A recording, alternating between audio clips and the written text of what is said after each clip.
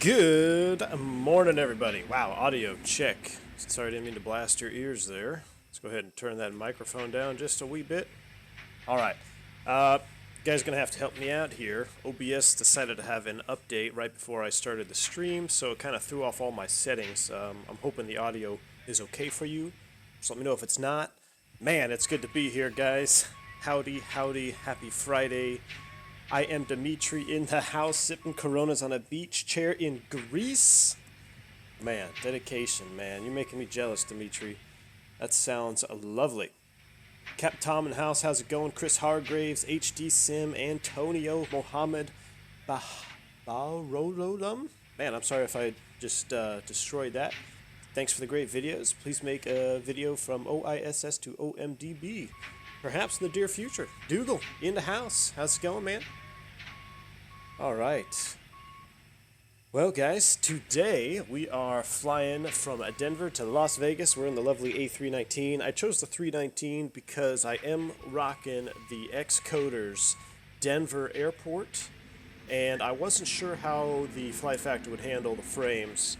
When I did, if you guys are wondering about the frames for the Xcoders Airport, I ran some tests and I wrote them down, a couple benchmarks, but basically I lost about 10 frames with any aircraft when I installed the scenery. So from default, running, mid 60s, and then I lost about 10 frames for each aircraft. I think the flight factor without OBS, I was running just about 30 frames, which was good, but as soon as I fire up OBS, I bet that would drop. So I decided to take the ToLiss out.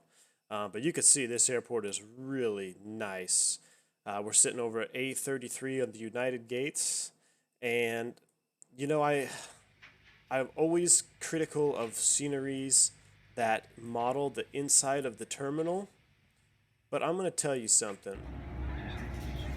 I don't have any people in here right now, which is good, because I think that saves on frames. But I mean, this is unbelievable detail here. Like, how? Why?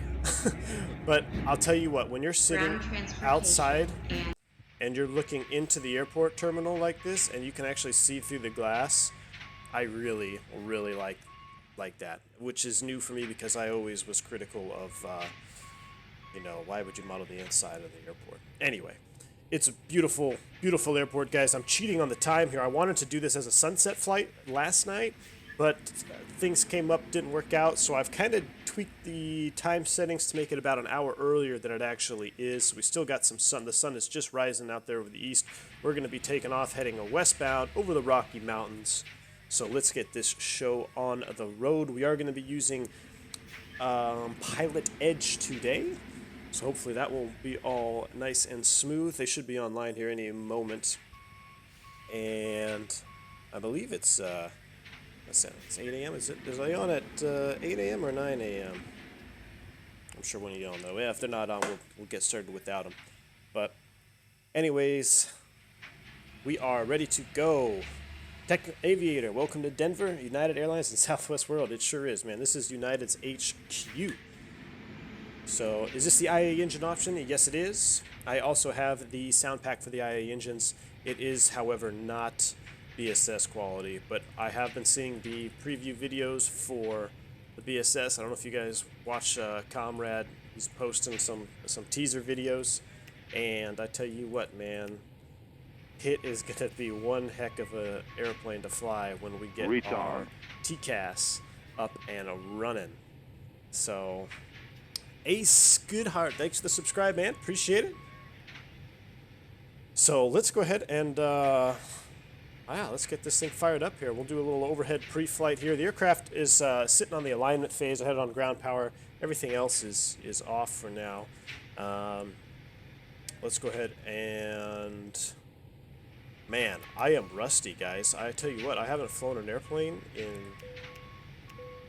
quite some time.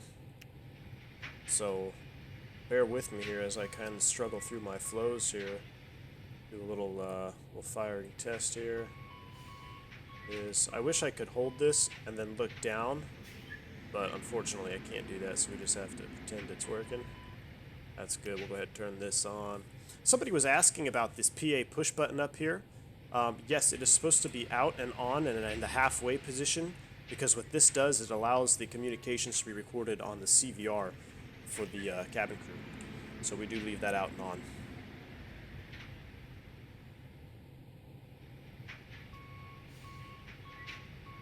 Jeremy Harvey asks if what's the difference between the A-cars and ATSU? They seem to be used for similar purpose. I know the ATSU is an Airbus only thing.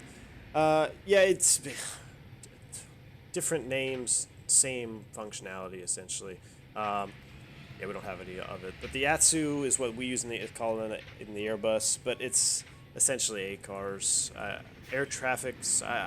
Dude, I wish I had a better answer for you. Maybe I'll look it up if we have time. Remind me again. We can look it up in the book when we get out of here, up in cruise. But let's get back to FMGC operation. There we go. All right, let's get this thing fired up here. We need to get some gas on board here. So let's come over here and configure the aircraft.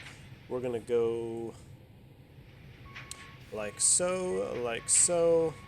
We'll leave the cargo as is, and block fuel is gonna be 9.5. 10.0. We're going to set that. Perfect. And so we've got 10.0 on board. We got a nav ref baro disagree. We can fix that here in a minute. Not a problem. Now that we got our fuel on board, let's get the APU fired up. Get some air conditioning running here in the cabin.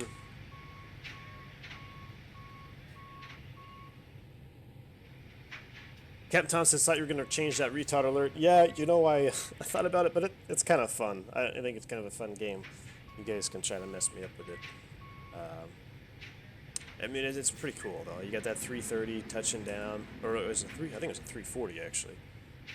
Touching down, just greasing it on. So we'll leave the retard as is. Air traffic service unit. Thank you, Jeremy Harvey.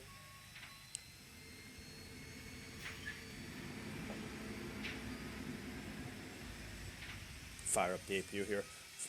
So yeah, man, when that BSS sound pack comes out for this ToLiss, combine that with the 1.4 is there going to be their new update when they do a revamp of the McDo FMGC. Oh man, it's going to be awesome.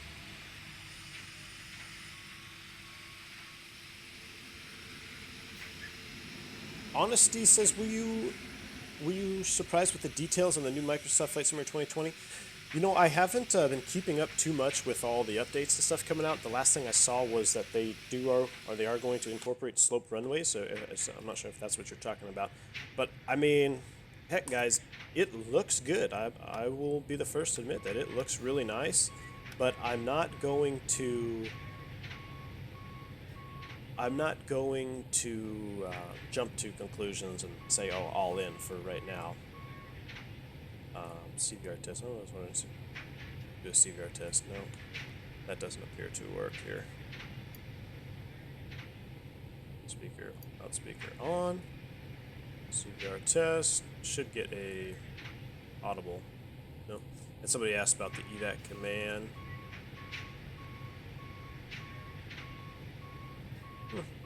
All right.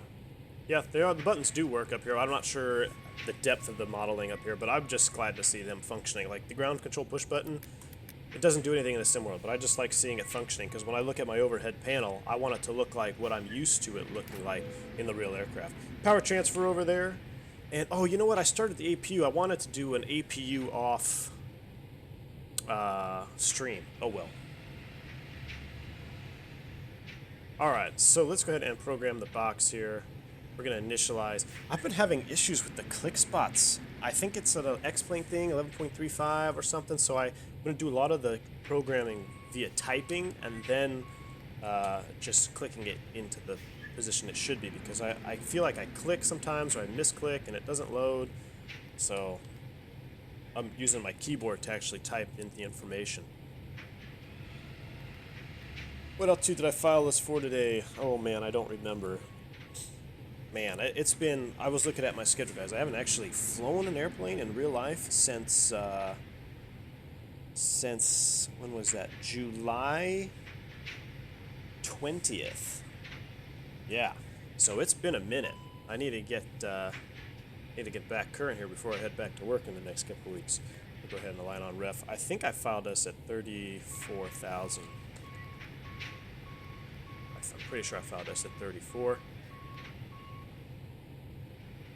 Alright, so that looks good. We're going to depart Denver. We got to get the ATIS information. Let's go ahead and hop over here to Avi tab. Where art thou frequencies? There we go. ATIS. Arrival departures. Let's try 25.6 first, see what they got. Now I think I bound a button to look at my radios here, but I don't remember which one it was.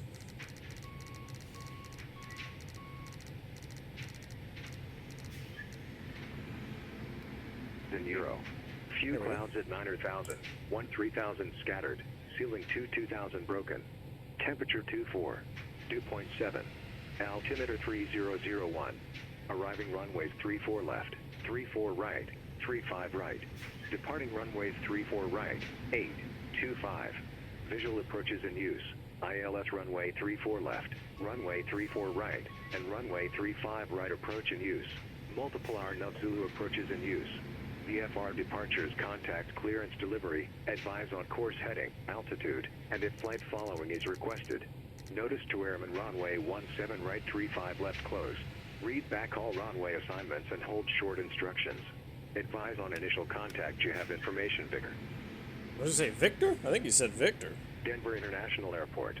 ATIS information, Victor. Yep, there it is. 1453 Zulu. Alright. Wind 290 at Niner. 290 at 9, that's what I needed. 10. Few clouds at 9,000. 13,000 scattered. Alright, we don't need him no more. Let's go ahead and plan for a 3-4 right departure. I'm hoping they'll give us 3-4 right out of here. Let me just verify that is correct. It is 3-4 right. We might get 3-4 left. Anyway, alright, Connor 4. Insert. Let's take a look at our ND here. Let's go to plan mode, constraint mode, zoom it in, take a look at our departure procedure. Alright, we've coming out here on the Connor 4, Tavern, Tebow. I should go out to DBL. Gosh, I forget what DBL was. I forget what the name of that is. Man, I feel so rusty. Alright, off DBL, we're going to take Airway Jet 60. See what I mean there? Like, I clicked 3 times to get that little click spot. I'm not sure if that's a ToLiss thing or an update thing, but it's kind of annoying. To HVE, return.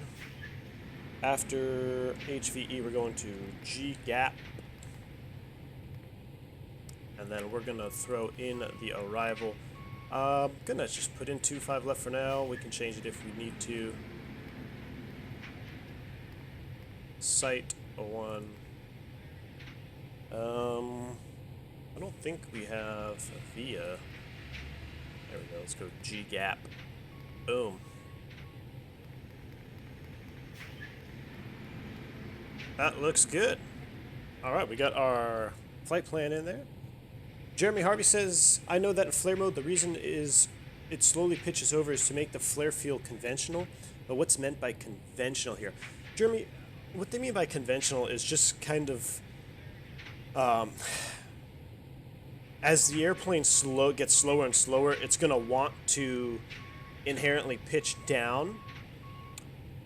And that's why you flare by pulling aft on the yoke, like in a conventional aircraft, right? As you're on approach speed, you're adding back pressure to the yoke, keep that nose off the ground, and arrest the descent rate. In fly-by-wire mode, if you didn't have that landing mode, you could literally just fly the airplane all the way down because you're coming in at a couple degrees, I don't know, 2 to 3, 4 degrees nose up anyway. That if you don't have any of that pitch down moment as you get slower and get to your ref speed, it's just kind of weird. So what they do is they add that nose down pitching moment in the programming so that the pilot has to manually pull aft on the stick, so he kind of feels like he's adding that back pressure to arrest the descent rate instead of just coming down at a locked in pitch, and that wouldn't change no matter what happened to your speed. So that's kind of what they're getting at. Chris Hargrave says, yeah, you must be on old data. Yeah, I'm on super old nav data. I got a real hard time paying for nav data upgrades, you know, when I have my own charts, but oh well. Here we go. DBL red table. Thank you, red table. That's what it is. All right, let's go perf init B here. What do we got for fuel and zero fuel weight? Zero fuel weight CG is 29.5 at 51.4. So we're gonna go 29.5. I still can't get used to this. 29.5, 51.4 being on the opposite side here, but throw that in there. And our block fuel was 10.0, correct? Yes, it was. 10.0 on the block. Plenty of extra gas. That looks good. All right, let's go to the perf. While we're in here, we'll go ahead and set our takeoff. Runway slope. I don't believe there's any. Is there a slope? What's the slope over here? If we get 3-4 right, it is going to be a little slope indicator there. I guess it's a nil. I could look on the other chart, but pretty sure it's going to be negligible difference. So let's go ahead and select flaps 1, add a Denver, 3-4 right. Our speeds are going to be 147. Move that box over a tad. 151. See these click spots, they're throwing me off. 151 and 154. Flaps 1. We don't need to set the THS. That's for the 330, 340s. With auto trim on engine start, not for the narrow bodies. Flex temp 62 degrees. Transition altitude is 18,000. Our thrust reduction acceleration altitude is going to be 6850. That looks good. All right, we can come back into arc mode, put that up there. Let's get some a little bit brighter in here. Dome light on just a wee bit. All right, let's go ahead and call up clearance delivery on 1875. All right, watch your eyes for a second, guys, because I'm going to go around my preset. There we go. That's what I wanted. I knew I preset my views, and I just don't remember. I haven't been flying. I've been so busy, guys. The baby's good, wife's good, everybody's good, but it's just hard getting adjusted. 1875 is clearance delivery. Let's give him a call with information of Victor. Morning, Denver clearance, United 730 with information Victor looking to get our IFR to Las Vegas.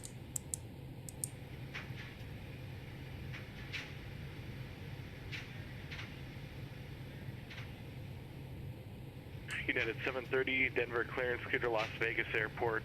Connor 5 departure, red table, NS filed. Climb via the SID, departure frequency 126.1, squawk 2216. All right, clear to Las Vegas, Connor 5, red table transition, as filed, climb via the SID, departure is 26.1, squawking 2216 for United 730. United 730, read back correct. All right, so we've got our clearance on the first try, guys. How about that? All right, we're squawking 2216. I'm going to put that on just because I'm not sure how the TCAS works in the ToLiss for Pilot Edge. All right, let's start closing up some doors. We'll run a checklist, and we're going to get out of here. Where are we at? Aircraft configuration? Nope. Ground services.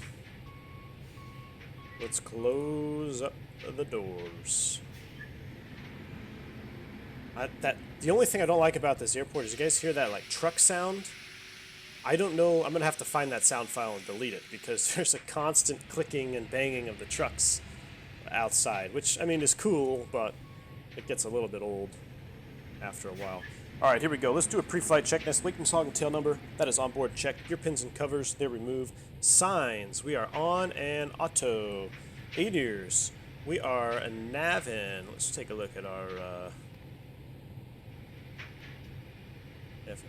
okay. Yeah, we are a navin. Fuel, 9.5 required, 9.9 on board. Engine modes, altimeters are 3001 set. EFB is checked. Pre-flight checklist completed. We're over here on A33, and I'm anticipating we're going to get 3-4 right. We'll see. Maybe we can ask him for 3-4 left. What did we put in the box? I think we put 3-4 right. Yeah, probably just get 3-4 right. Alright, and we don't need to call for push anymore, so let's get the beacon on and get our pushback truck out of here. I'm going to anticipate going to 3-4, so I'm going to go tail east. Ground to cockpit. Plan acknowledged. Call me through the menu when you are ready. Alright, 4-start checklist, windows, doors, and slides. Close and arm. Beacon on. Thrust levers idle. Parking brake is on. Transponder is on. 4-start checklist complete. Alright, let's get a pushback and get out of here. Ground to cockpit. Tow is driving up.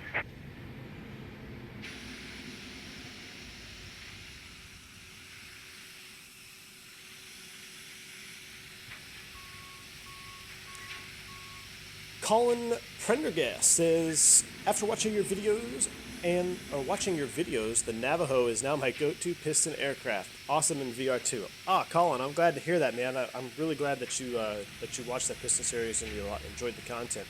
That was a joy for me to make. I think I'm still going to shoot out another video or two, probably just some IFR differences and kind of how you manipulate the props and stuff during an instrument approach. But other than that, it's pretty much concluded. I'm really glad that you are enjoying that Navajo, though. It is a fun airplane. Okay, all doors and hatches are closed. Ready to connect.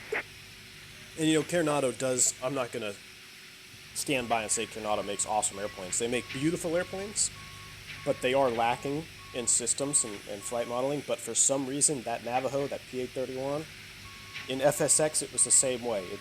It's just done right. I think maybe they actually had subject matter experts for that airplane because it does fly very nice. Spitfire RAF 100. Hello, everyone. How's it going, Spitfire? Good to have you here. Alberto Del Gaudillo, in the house. What's up, man?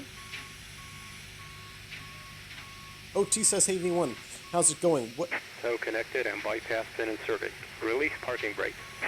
All right, brakes released. Clear to push. Tail east. Starting pushback. And you may start engine. Alright. OT says, V1, how's it going? What do you passenger and cargo loads usually look like in real life? You guys almost have full load? It really varies, OT. It's kind of hard to narrow it down. Early morning flights like this, especially going to Vegas or something, probably are going to be pretty full, just because a lot of people like to get out early. But it varies, man. Time of year, summertime, spring break, holidays, you know, it really does vary. It's hard to pin it down. Sometimes you're expecting a really full flight and you're half empty, you know. Sometimes you actually, you're clearance United expecting... pick up the I-5 to Las Vegas. What? Who's following me to Vegas? Normally you'll get, I lost my train of thought now. Get the 206 Denver clearance to Las Vegas Airport. Sometimes what'll happen, let's turn this guy down. You'll be expecting so many people and then nobody shows up because of misconnections or whatnot, and actually your weight and balance will be off and you have to get new paperwork, you got to get new numbers because your weight and balance is so off from misconnections or whatever it may be. Okay, there's my people. Look at that. Whoops. That is funny. That must be an eye-on-eye thing. That's why there's no people in the terminal. Holy smokes. That is pretty funny. I'm not gonna lie. Yeah, these guys are supposed to be in here. This is too funny. What terminal is the airplane, that Learjet, on? I think the Learjet is over here in this terminal. Don't mind my airplane pushing back there by itself. Yeah, look at all the people on the roof. That's really funny. Wow. There should be a Learjet around here somewhere. I know it's modeled. I know they modeled it. Here's the food court. There used to be a Dunkin' Donuts around here. Where's the Dunkin' Donuts? They got Dunkin' Donuts?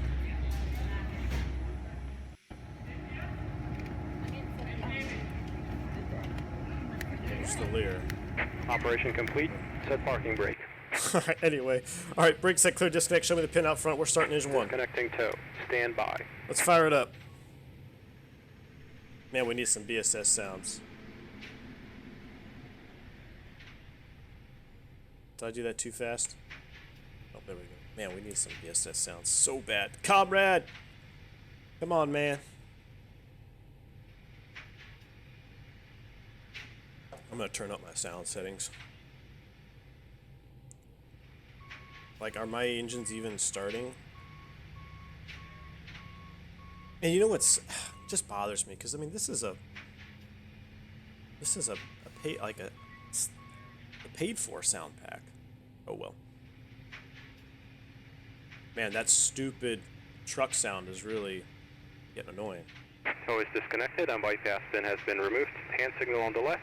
We'll see you next time and have a safe flight. Alright, thanks for the smooth push. We'll see you next time. Alright, first flight of the day. We're going to fire up engine number 2 as well.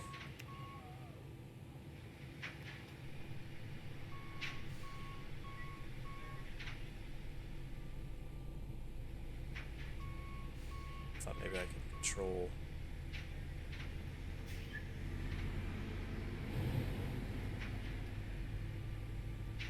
control the airport volume, but I guess I can't. YouTuber Adam J. Pestridge. Hiya, how's it doing? You fly in real life? Yes, I do. Simone Tomba, hi everyone, how are you? I'm doing good, man. How are you? We actually got some sleep last night. Baby slept through the night. She's sleeping through the night about, every couple of nights now, which is good. We get about a solid 6-hour stretch of sleep, so that does help. IMDimitri coming in. $20 bomb, Captain K, you the dude. Dimitri, thanks so much for the support, man. You are definitely die-hard, hardcore supporter of the channel. I've been here since the beginning. I really appreciate the support. Thank you so much, man. That's a huge, generous offer. Thank you so much for that. Dimitri is hardcore V1 fan. I love it. Alright, we got a good start on engine 1. Everything else looks good. Soon after start checklist, engine ice is off, the electric pump is off. Rudder trim 0. After start checklist completed. Alright. Ground control. We are going westbound, I think. This is where it gets weird because I should be in. There's a whole ramp procedure out here in Denver that they don't model with Pilot Edge, so I'm just going to assume he's going to give us westbound. I hope so I don't have to turn around. 27.5 for ground.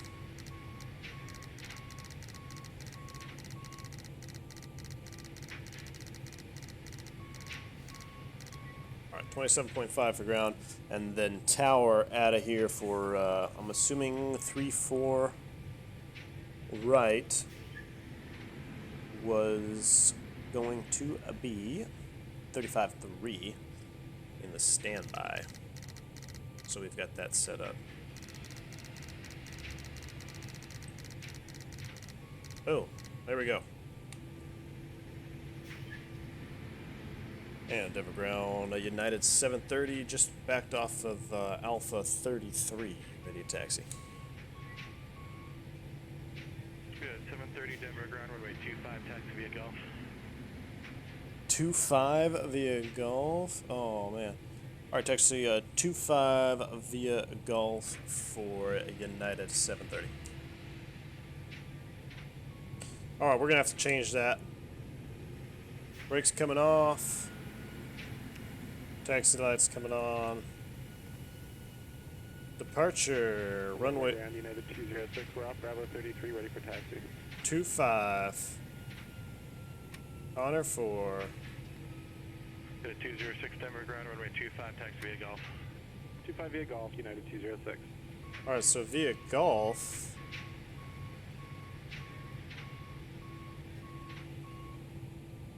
basically going to be making, we're coming out here and then making a left. Now we're going to make sure our situation is okay here, 25. All right, runway change. Now in real life, we change runways like that, all this performance data would be wiped out. We'd have to redo our perf data, but that does not appear to be the issue for ToLiss, so we're going to just roll with that. This is Hotel Alpha November.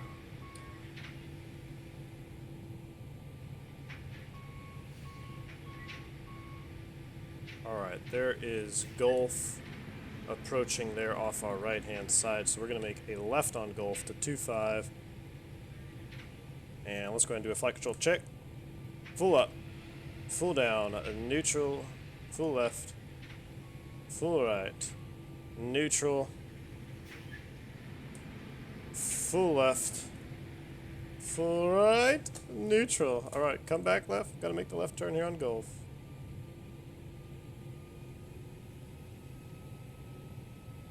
Auto brakes max, takeoff config. Let's go 1, auto, TARA. Flight attendants, please prepare for takeoff.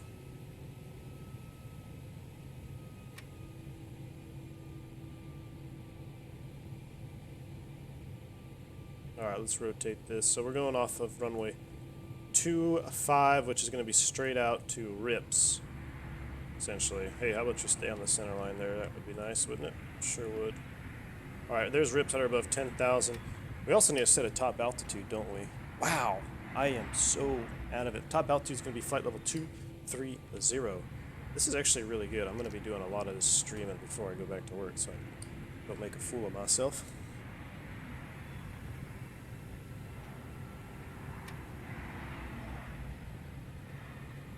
Welcome to the Twilight Zone, Dougal. I know, man, right? I know. Wait, what?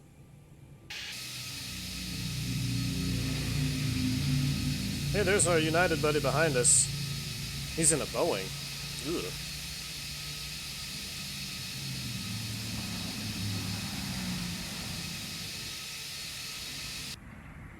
Alright, no more fancy views.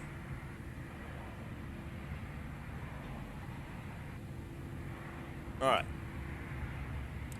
Carmack O'Donnell asks, how do you set the ToLiss for cold and dark? I believe you set it for position, aircraft configuration. No, how do you set it cold and dark? Right here. You come to your settings action menu in the ISCS and you select cold and dark. And I have override XP settings on. That means like if your X-plane had start flight with engines running, this will override it. So that's how you set it for cold and dark.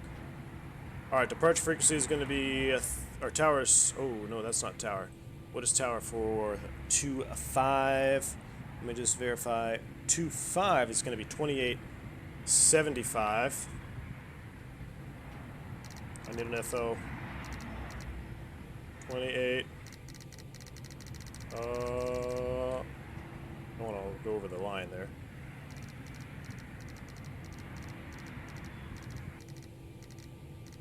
$28.75 for tower. We're gonna hold short right here. Lights come off. Let's hit the brake for a second.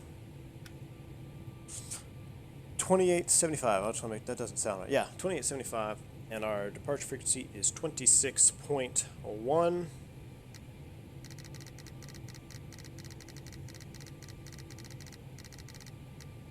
All right. Look at United behind us. Oh, he is in an Airbus. I thought he was in the Boeing. That's freaking cool. I like that. Good morning, Tower. Good morning, Tower. United 730, hold short 25 at Gulf. Ready to go. United 730 Denver Tower, runway 25, clear for takeoff. 25, clear for takeoff, United 730. All right. Are you guys ready?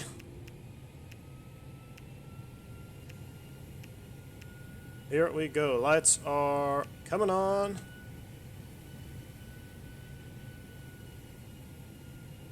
Runway 25. I should have done a checklist. Before start check or after before takeoff checklist, gross weight comparison is complete. Pitch trim is 30% CG set.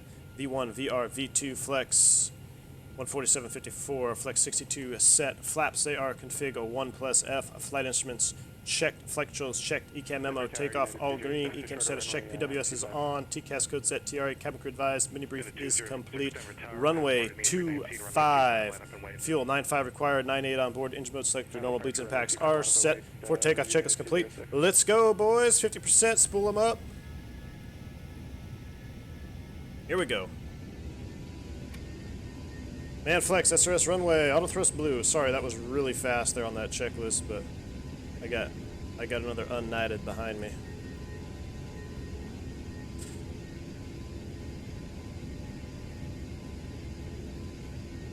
$80 knots, thrust set. Checked. I'm all over the runway here. I don't know what's going on. Neutral by 100. I think this is that crosswind on the ground. You see this? Like, I'm getting a hardcore nose left with 9 knots of wind. That should not be happening. Alright, V1, rotate.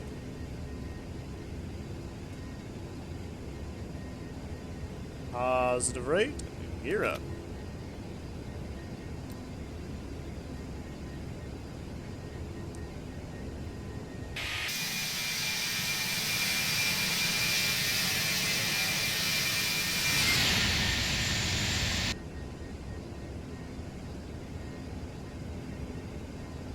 All right, let's actually fly the flight director today. That would be nice, wouldn't it? I just want to look around though. United 730, contact departure. Or departure United 730. I just want to look around. We're gonna go autopilot because I want to look around. Departure. Good morning, United 730, 7000, climbing via Connor 5.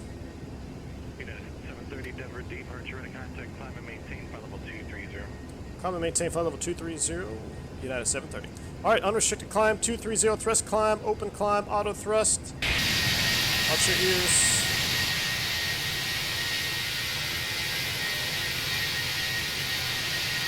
Man, that is beautiful though.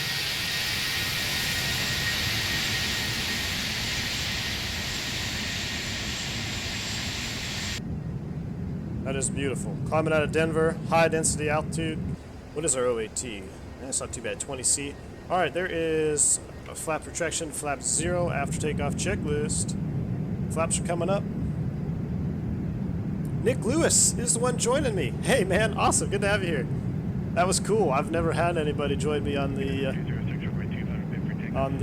stream like that. That's pretty fun. I like it.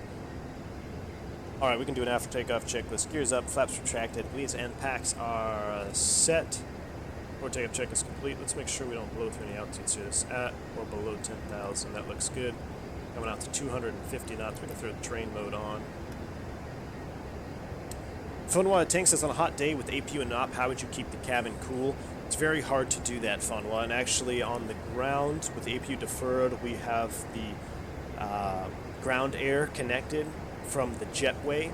They have little air conditioning units on each jet bridge, and they pipe them into the cockpit, not to the cockpit, into the aircraft. And sometimes it works, sometimes it doesn't. But on hot days, man, it can be brutal. Sometimes you can't even board if the cabin's too hot. There's 10,000 feet. Lights are coming off. We're going to accelerate. Did we just blow through that restriction? I feel like... I guess not. Tavern at or below 12, so as long as we don't... Oh, we're not on restrictions. We are climbing a via.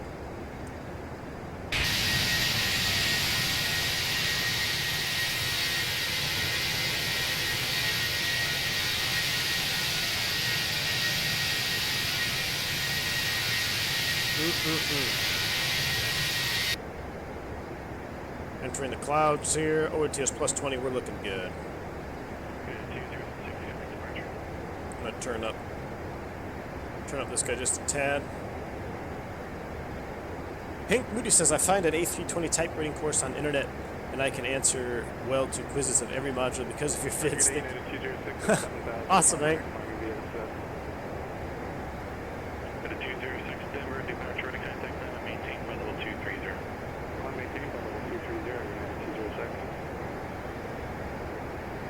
there we go. We are climbing up. Man, look at this. This ortho is going to be. I love this Denver ortho. You know, that Exeter Airport it's a little bit more expensive. It's about $25 US. But I love the ortho out here so much that I really want to start flying in and out of Denver more. And it's in the Pilot Edge network. It's kind of in the middle of the country. So expect to see some more Denver operations, especially as we get into the winter. Now, I wish X-Plane had, you know, snow and all that, but it's still, I think it's going to be fun flying out of Denver. I kind of want to make Denver like the second hub. We got DFW, and now we can add Denver to the mix. Hopefully the clouds don't ruin too much of this. Turn down the audio volume just a tad. It's a little loud right there. Actually, we can do this here.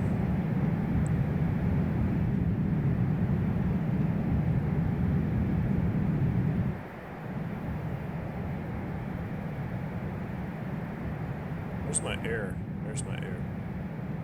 There we go. That looks a little better. Sounds a little better anyway.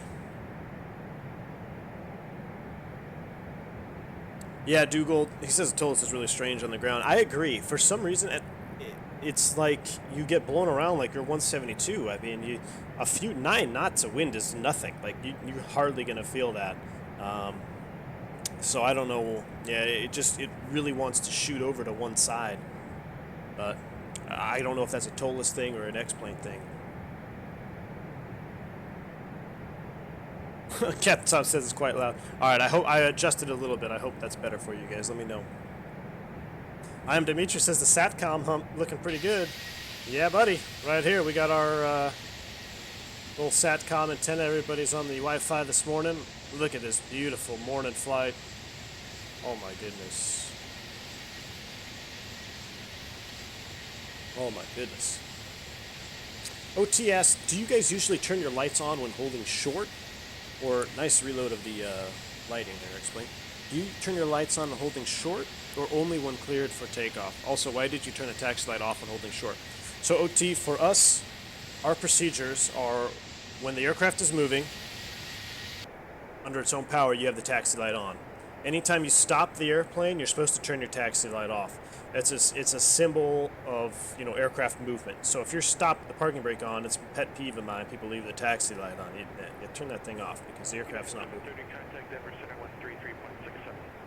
3367, United 730. I like this controller. I've had him before. I like him. Denver Center, good morning, and United 730-19.5, climbing flight level 230. Set standard. United 730 Denver Center, climb and maintain flight level 340. Climb and maintain 340, United 730. How are your rides this morning? Smooth. Awesome. Alright, so the lights thing, yeah, when the aircraft's moving under its own power, taxi light. When you stop, taxi light off.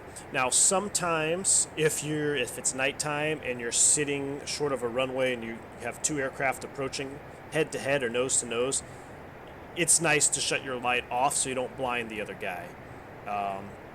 So there are some exceptions to the rule. I mean, it's not. I wouldn't say it's a rule, because technically the rule says if the aircraft is moving, the light should be on. But we try to be courteous of other pilots. And when holding short, when do you turn your lights on? As far as the takeoff lights, they only come on once you're cleared for takeoff. Once we're cleared for takeoff, all the lights come on. If you get a lineup and weight clearance, then what we do, we turn everything on except the landing lights. But what I do is I put these into the off position, so the lights will actually extend from the wing roots here, but they won't illuminate. So then when I'm cleared for takeoff, you just mash them forward and the lights are on, and boom, you're out of there. Man, this looks good. Abbas says, what zoom level for ortho are you using? I don't know which one this is. This is a Fork Boy ortho scenery, Abbas. I downloaded the scenery package from Fork Boy off the X-Plane forum.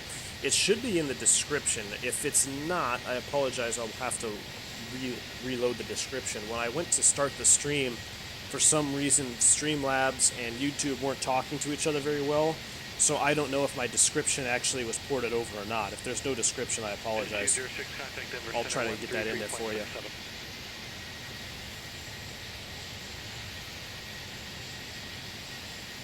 Hugo says it's loud outside. I'm sorry. I hope it's still loud. 17.5 climbing 230.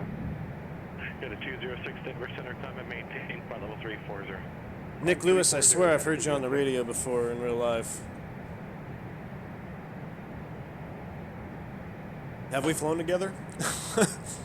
That would be funny. Technical Aviator, what engine do you guys prefer? CFM, IAE? Man, IAE all the way, dude. IAE. They look better, they sound better, in my opinion. The one thing that really bothers me with the CFMs is the reverse. For some reason, I hate that flower petal reverse that they have. I know it's kind of a stupid thing to not like, but I like seeing that door just slide back. I also like, how big this engine is. The CFM is, big out front, but it's got a real small tail or hot section coming out the back. So I just prefer the way it looks. But as far as performance goes, I mean, I want to say the CFM might be more fuel efficient. I don't know. Not by much, though. That's a nice view right there. Captain Som says he was having an issue with the Zebo taxing as well. Pretty sure it's X-Plane. Yeah, it's probably an X-Plane thing. Combine that with, I have, my rudder pedals are very, very poor. And the spring is broken in the right pedal, so sometimes I'll be dragging a brake even though I don't know it. They have a hard time returning to center. So I need to get a rudder pedal upgrade in the future.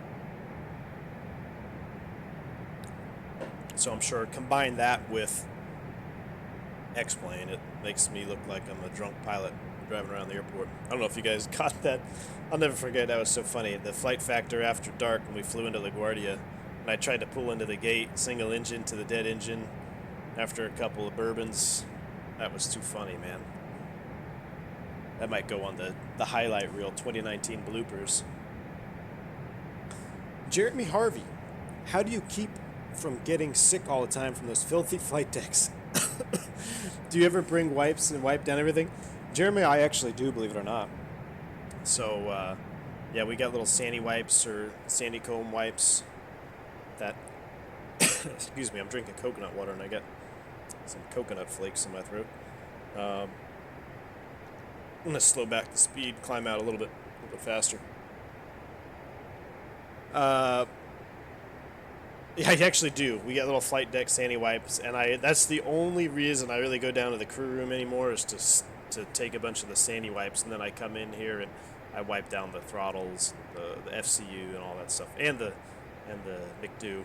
Especially after flying, after, I have no problem with women pilots, but man, I swear they all put lotion on or something when they're flying, and everything is just greasy after. So, you take the airplane over from a female, it's 9 times out of 10, you're going to have lotion all over something. I don't know what they're doing up here. I hope it's lotion. But we try to keep it clean. HD says it's got to be a ToLiss because I don't get in a 320. It might be HD. It might be. Alright. Let's go over here. Woo. Early morning out of Denver. I love it.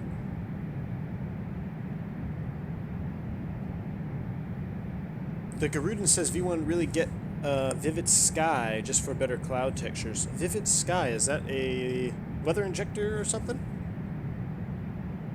Nick Lewis, he's Canadian based. If you're around YWZ, I've been up to Canada, man. I've done my fair share of Canada, so maybe. Maybe. You didn't fly into Charleston a couple weeks ago, or let's see, what was it? Like the middle of last month, did you?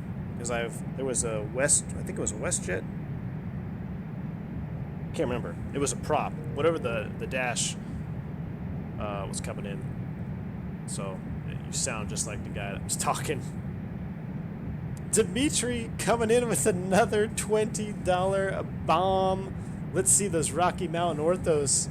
Well, I'm showing to you, man. I hope you're enjoying it. What do you guys like? Do you like the inside view, outside view?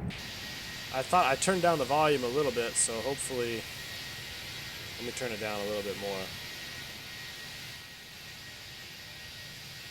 How's that? That looks pretty nice, huh? Dimitri, thanks again for the support, man. Thanks for the donation. Dimitri, Hardcore V1. I'm going to get a little... We'll have to get... I'll probably start getting emojis for the chat. Dimitri's going to be one of the first ones for the Hardcore V1 fan. Thanks so much for the support, man. I appreciate it, Dimitri.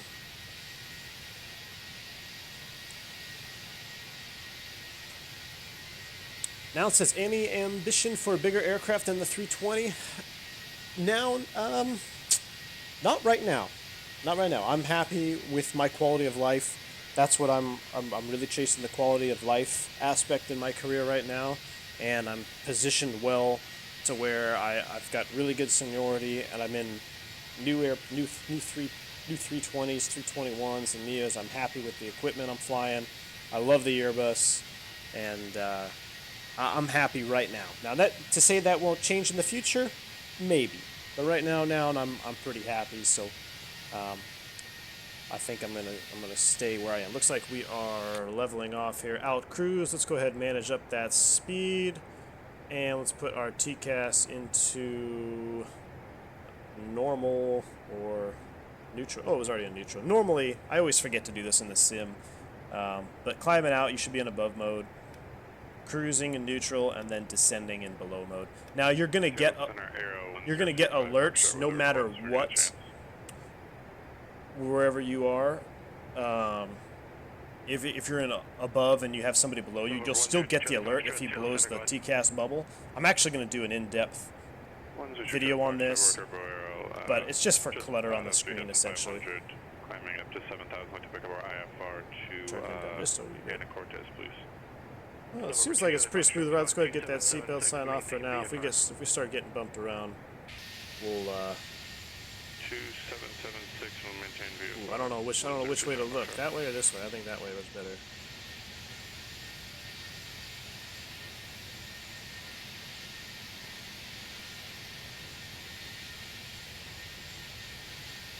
Pedro says, are the cockpit interior lights, the dome lights for the Flight Factor 320 and Batavia mod realistic? Aren't they too oranges?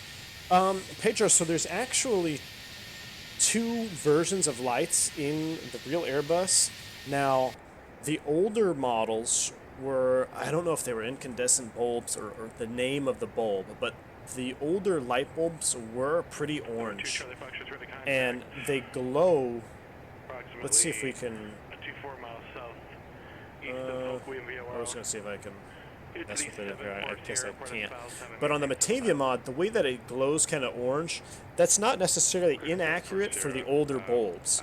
Now, most of the new Airbuses that come out are all LEDs, and the LED bulbs are super bright, and they're that white kind of blue, that you would expect from an LED. They're so bright to the fact that when you turn on your console light here, so with the old bulbs, I will turn this to bright, and it would light up this whole area here, and it's not too obnoxious. But with the new LED bulbs, I only put it on dim, and it's still brighter than the bright mode with the older bulbs. So I wouldn't say it's inaccurate to an extent, but there are two different colors of lights depending on the age of the aircraft.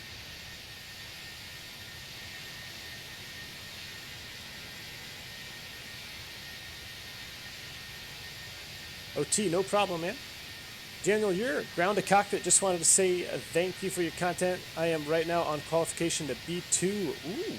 And about the packs on ground, if they're aircraft from Jetway or if 1 hour before departure, so APU. Yep. Yeah, so typically we'll sit on the ground air, and then even less than an hour, maybe 15, 20 minutes prior to pushback, we'll fire up the APU, unless it's really hot. Captain Tom, oh man, how do you fly the F-14 with shoddy rudder pedals? Granted, I don't have pedals and somehow manage it. Yeah, I use a lot of curves in DCS, Tom. I use a lot of curves.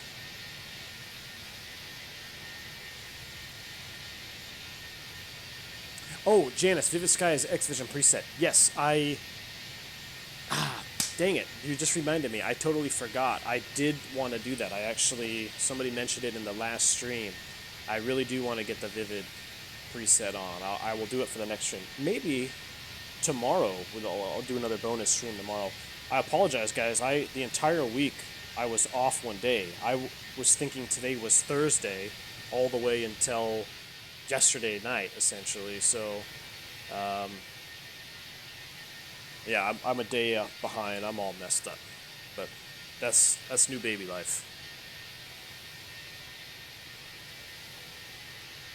Nick, you are on the Q400. Okay, awesome. I swear, your voice sounds so familiar, man. Live and Die by Eltselm, right?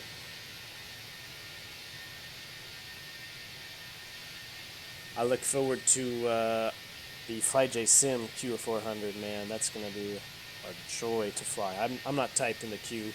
I got a lot of buddies that flew the Q when I worked at the regional levels. We had Q pilots, and then when we phased out the Q, they all came to the Embraer, and I was already on the Embraer, so they would tell stories all the time about the altitude select button and just the airplane in general. But I do love turboprops.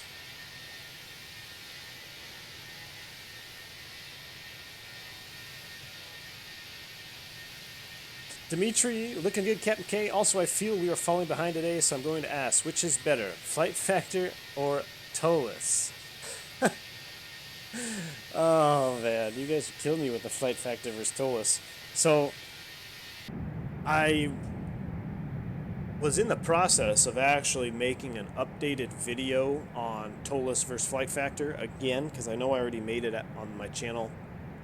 And I was going to do another updated version. But I just don't think it's fair until the BSS comes out. So I've kind of stopped editing on that video. I really want to wait for the BSS pack to drop, and then we can do a full-blown comparison. Aero 102 check Foxtrot level 7000. So, if you want FMGC functionality, you got to go with the Flight Factor. But if you want something almost as good and way better on frames, then you go with the ToLiss. That's really what it boils down to.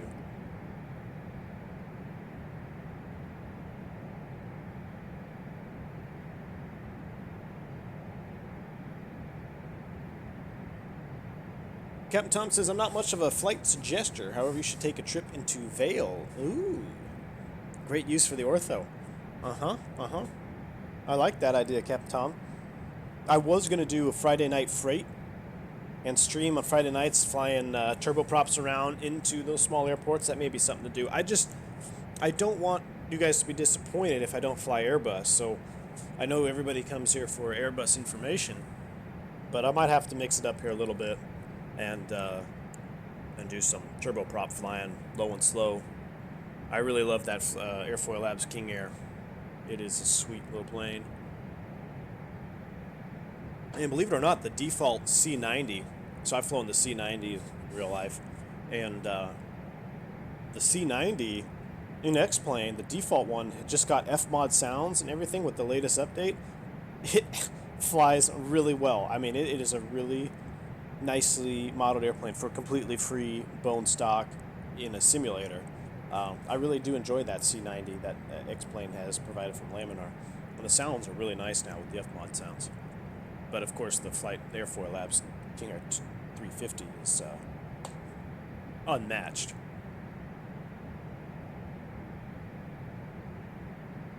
Cowbar, hit that like button, everybody. Yeah, let's do it. Let's bump it up.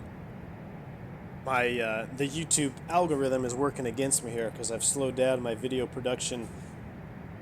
You know, with getting content out there for you guys, just because of life. But hopefully we'll be able to bump that back up here. Man, that looks good, though.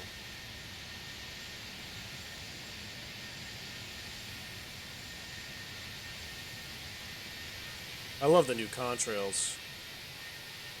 I guess they're not super new, but look at the river down there in between the mountains.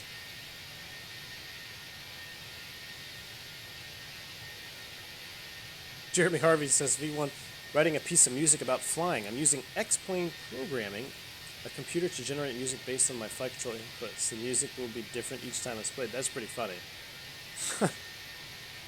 That's pretty funny.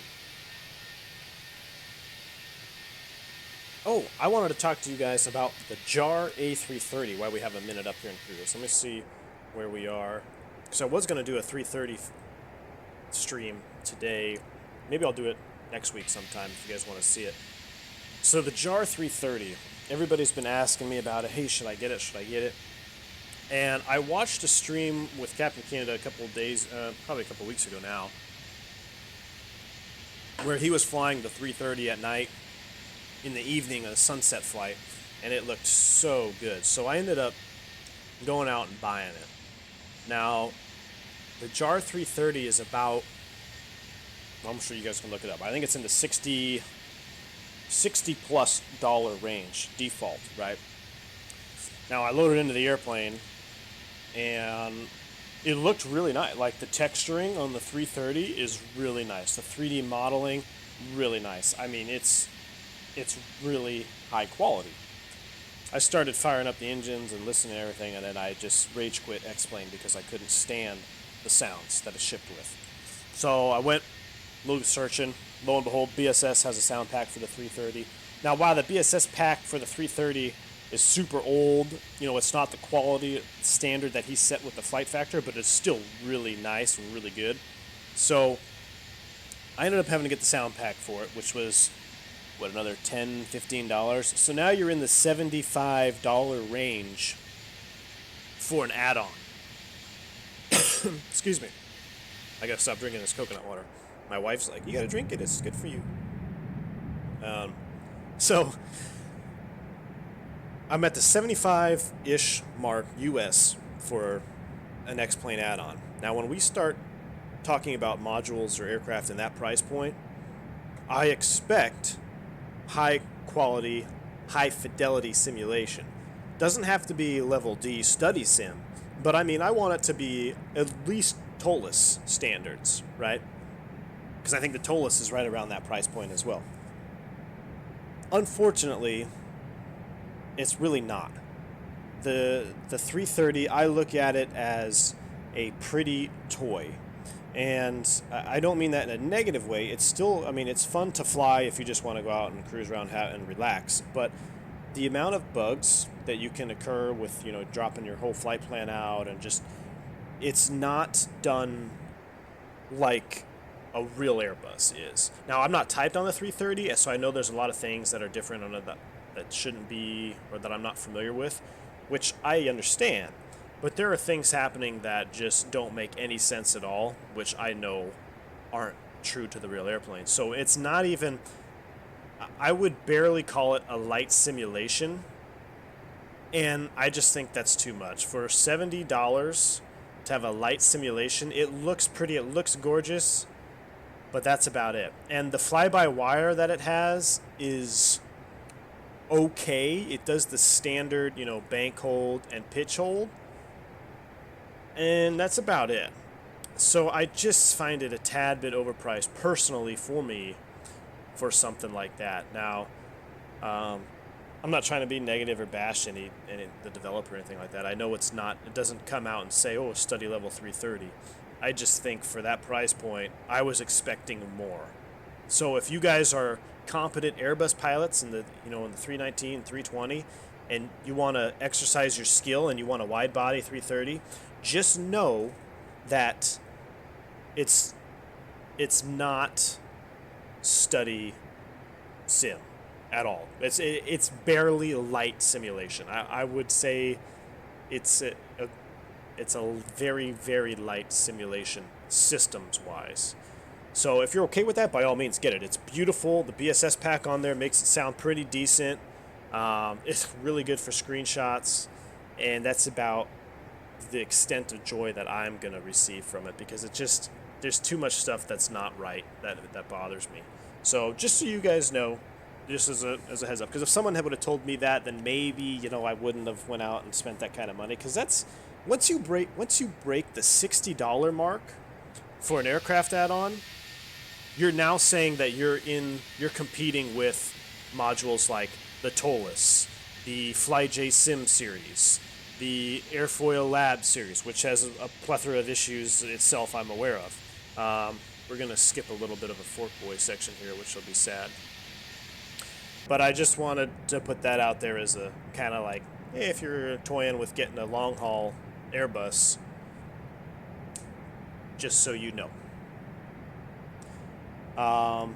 And it doesn't, the other thing too is it lands, I mean, I was able to land at like negative 25 feet per minute consistently. There basically is no flare mode. It kind of lands like a kite to me. Like it's really, it just wants to, it's so light. And I don't know if that's the 330 thing. It could be, but I doubt it.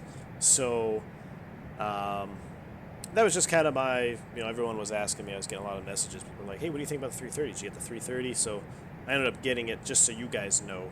That's my opinion on it. It's pretty. That's about all I'll say. Mohammed asked, can I share my rendering settings? Rendering settings for what? For OBS? I'm not sure I can pull them up. I'm for that here. But I'm trying to stream 1920 1080. That's what I have it set at. You can see here we're leaving a section of Fork Boy. I ran out of SSD space. Sad day. We're gonna get another SSD here momentarily, or another storage. Look at that canyon though, huh? Over there. Look at the difference. If you were really curious about ortho scenery, look at that. That's a perfect comparison shot. I can almost screenshot that and use that for a comparison. Unbelievable.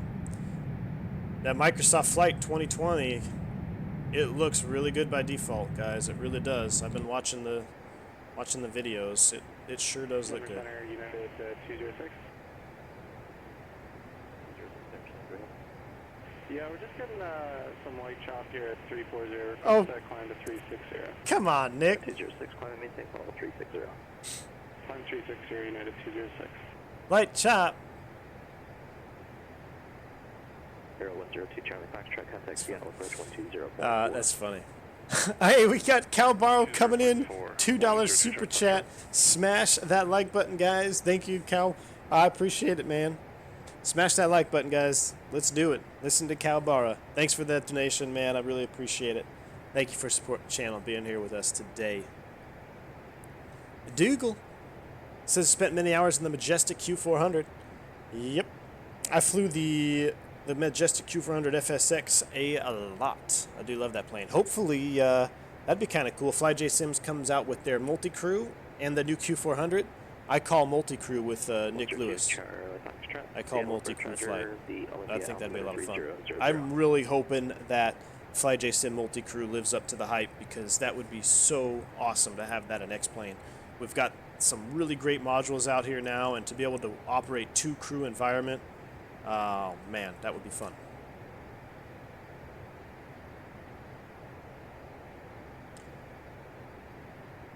Captain Sons, please mix it up. I'm down for anything that flies other than helicopters. That's stuff the devils work. Oh, Captain Tom, come on now. I love myself some helicopters. No good helos in X-Plane, though. X-Plane helicopters right now are very poor. Dimitri's, rumor has it ToLiss are working on the FMGC for the next version. That with the BSS will push this bird above all others. I totally agree, Dimitri. When we get BSS as it is now, it would be competing very well with Flight Factor. You combine that with the 1.4 upgrade and the FMGC upgrade that they're going to be coming out with. Oh man, it will be the best Airbus in the sim. I believe that, in my opinion. So we eagerly await version 1.4 and BSS. Dougal says, I'm still struggling with making changes to constraints in the McDo while in the descent. Mega grateful if you can show me how to do that. Dougal, I will show you that in the descent phase here. Essentially, if you want, like, say, I have restrictions here that are set up, right? So, sight, this little magenta asterisk means that there's a vertical constraint here. So I can go ahead and press on this, and it says altitude constraint is at 10,000. Now, if I wanted to change that, like let's say HVE, now let's not do HVE. Let's say that Casino wanted me, I needed to put this at 16,000 feet here. Let's say I wanted a 16,000 foot constraint. There's two ways to do this. You can come here and type in 16,000 and put that in the box there. Or, here's casino. Here's speed separated by a slash altitude. So I'm not going to do a speed, but I'm going to put the slash, and I want to do altitude of 16,000. So now I can place that right here. What the heck? I guess it wants it here. Well, that's weird. Yeah, 730 contact the Salt Lake Center 135.77. 3577, United 737. Alright, we're gonna have to talk about this, Dougal. This is, something's jacked up here. Denver United 730, we're level 340, smooth ride. Yeah, 730 Salt Lake Center after. So, apparently, that's not accurate. So in the real aircraft, you should be able to put slash 16,000. So, I assume ToLiss wants you to do this. They want you to actually click on it, bring up the vertical revision page, and then type in the altitude.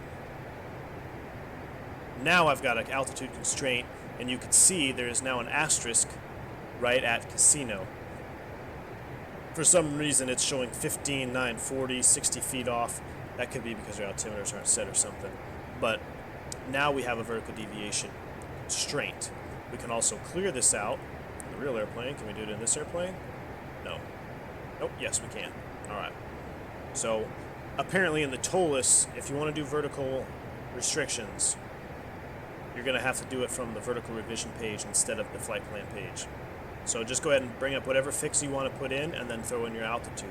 Now if you want to put in a speed constraint, you would do the same thing right here.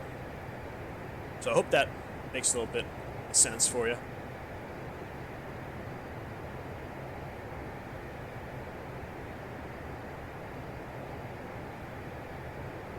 HD Sim, the Eagle Vale approach is very nice, coming over the mountains. Just flew in there last week in the 7.5. Had to go around and get a solid landing. Yeah.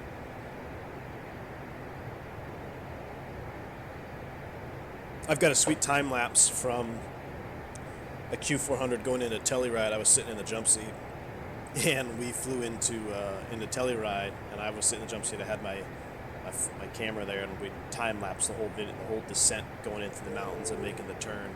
So that was awesome. Dude, Dimitri coming in with another $20 bomb. Dimitri is on fire right now.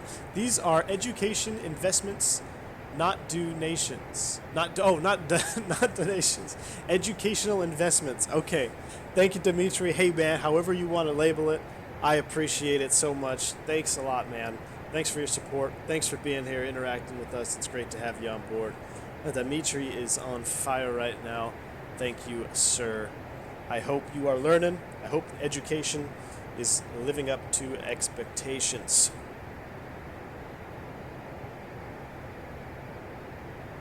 Rajat, is auto throttle engaged? No, because there are no auto throttles in an Airbus. It is auto thrust. Okay, so actually there's no throttle in any jet aircraft. So Boeing calls it auto throttle, but it's still thrust levers. These are thrust levers. Unless you're flying a piston engine. 13577 United 206. A non-jet engine, these are thrust levers by definition.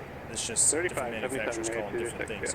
So auto thrust is engaged. Yes, I have auto thrust engaged. We are at Mach's hold, whatever we were doing, 99. So our perf for speed is 80 Mach. Level 360. 206. I swear, I've heard Nick on the radio before. That's too funny. Cap Sun says, I don't know how you drink coconut water, man. Coconut, yikes.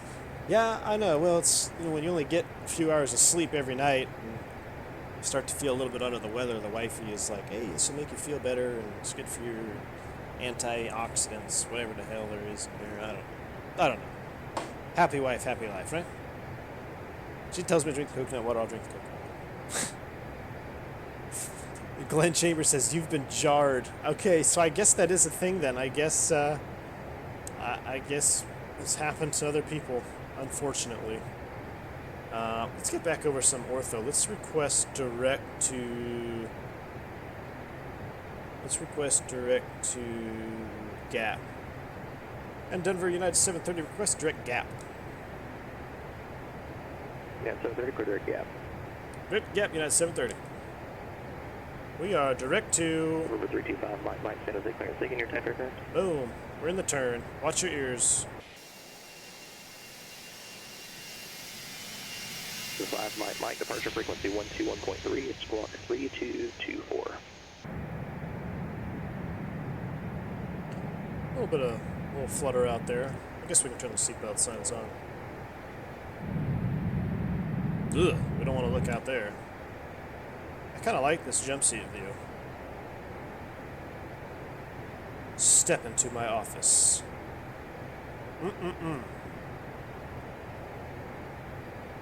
Chris Hargrave, 72 viewers but only 34 likes? Oh man. Come on guys. I'm feeling the love.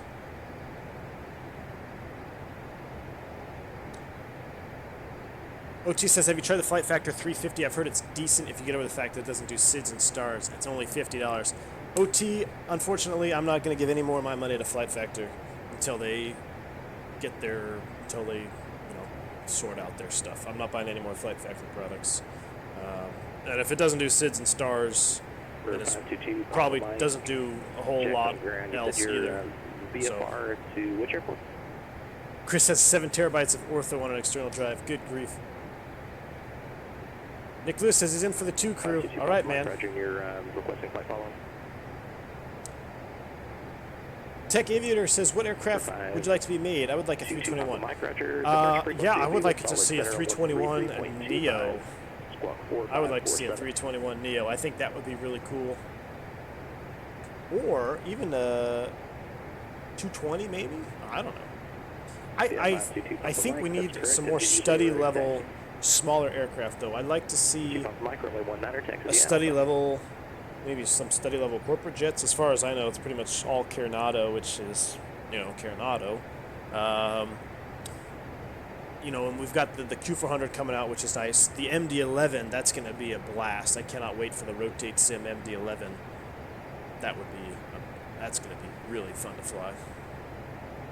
And anything at FlyJSim. FlyJSim is, I think, probably one of the best, if not the best, developer for X-Plane right now. Bo DeLua asked, what will be new in version 1.4? As far as I know, it's a complete FMGC rework upgrade. So there's a lot of stuff that doesn't work in the box here as it should. So that's why they're redoing a bunch of stuff. So it's hard for me to do another comparison video knowing that they're working on changing the box. So I'm going to hold off on the comparison video until they come out with a new version. But yeah, like secondary flight plan's not modeled. The field predict page has got some discrepancies. Like, I don't know why it says 6.1 here, and then it shows me landing 6.5 here. That seems to be a discrepancy. There's some other stuff that's wrong with the... I don't want to get into it and say this is wrong, this is wrong, this is wrong, because I know they're working on it to change it, so... Whoops. Let's... Super chat! Alberto Delgadillo coming in $5. Thank you, man, for the support. Thanks for the donation. I like the thumbnail to this stream. That is sick. Hey, I'm glad you like it, man. I think it's a pretty cool photo. And I originally picked it because I wanted to do this flight at sunset. But we may have to do sunset on the way back. Or we might just have to do another Denver flight. I really love the Denver scenery and the ortho over there. So we might be coming back into Denver. We are getting close to the Grand Canyon Tech. It would be off our left.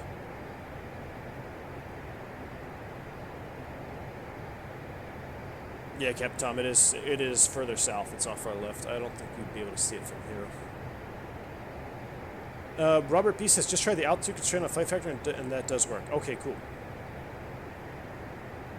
Dougal, beer makes you feel better. Yeah, beer sure does make you feel better. But it's also 11:20 in the morning, so I don't know if I want to be sipping down the beer just yet.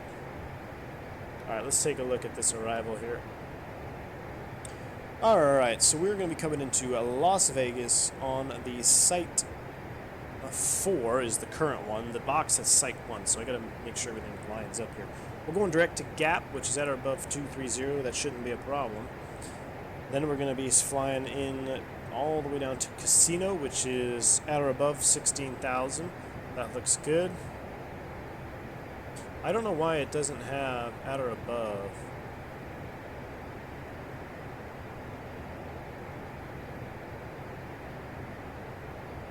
There we go. At or above 16,000 feet. Put the plus sign there for Casino.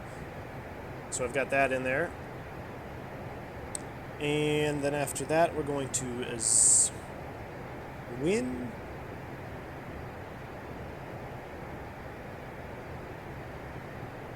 Wait, what? Casino. Then it should be Zig.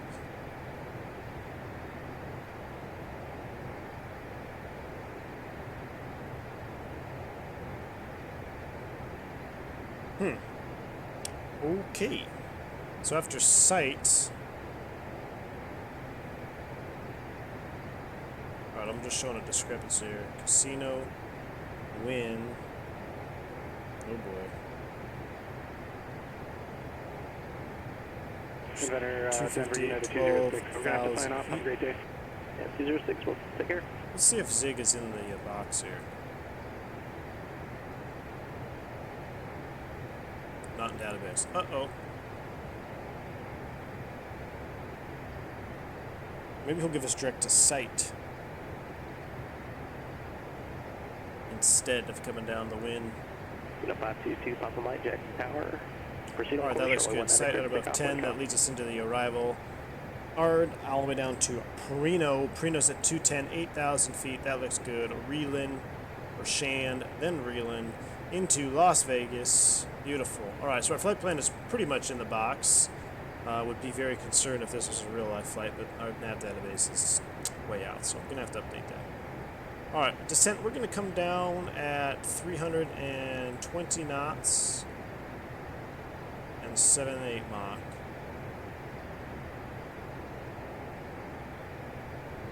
Approach phase. What do we got for right now? We're looking at the winds are 150 at 6. So they may be landing. They might land southbound. They may still do the crosswind landing.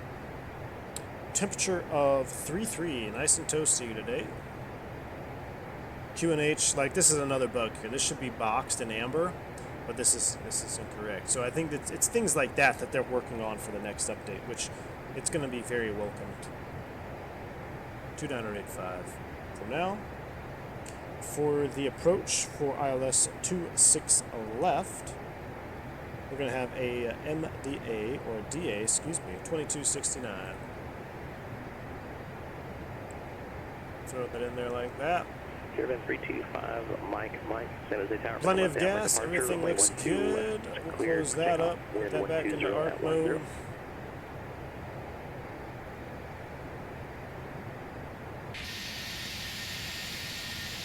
So there's our ortho. I apologize for not having this state here. It's a little sad. I was hoping for more ortho.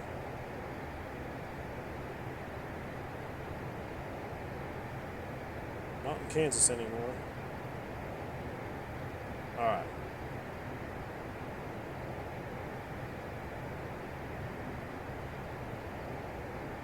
Okay, so... That was nice. Captain Tom says... JAR has a Neo, but it's not good. Okay, so I won't be spending any money on the JAR Neo. I think I'm done with JAR, too. I mean, that was really pretty 330 they made, but that's about it. 0102 Charlie Foxtrot. I want to fly airplanes that fly like airplanes, so...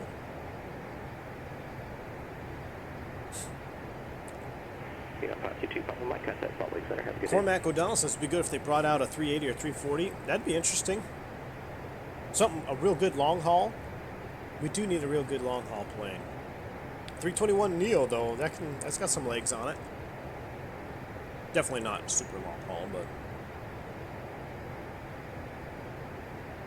yeah, Chris Hargraves, he'd like to see a 220. I'd like to see a 220 as well. Salt Lake Center, Phenom 522 Papa Mike's passing 900,000. They make you pay for the update for the flight factory. Yeah, I think it's what, $20 or something for an update to their 7.5.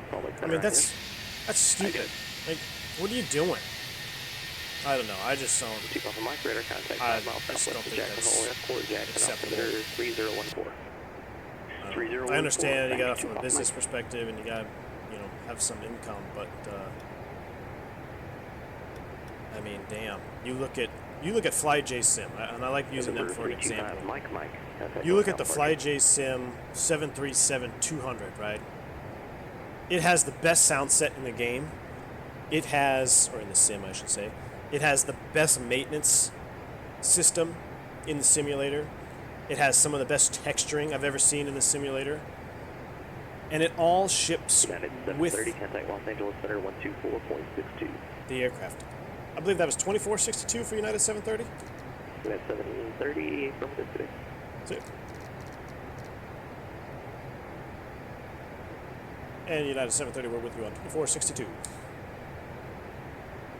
Yeah, 730 West Road. I'm sorry, that was a bad radio call on my part. United Height at 730, we're level 340. Yeah, it's 730 LA Center. Let's get back to you on that. Thank you. Yeah, that was, don't ever say with you. Don't ever check on, hey, checking in or with you. Yeah. I threw up in my mouth a little bit when I said that. I thought I was just changing frequencies to the same guy. Sometimes on Pilot Edge, you just swap frequencies. Never ever say, United 730 with you. No, you're not with anybody. You're flying level 340. Proper phraseology. I hate when people say with you. I hate that more than leaving the taxi light on with the parking brake set.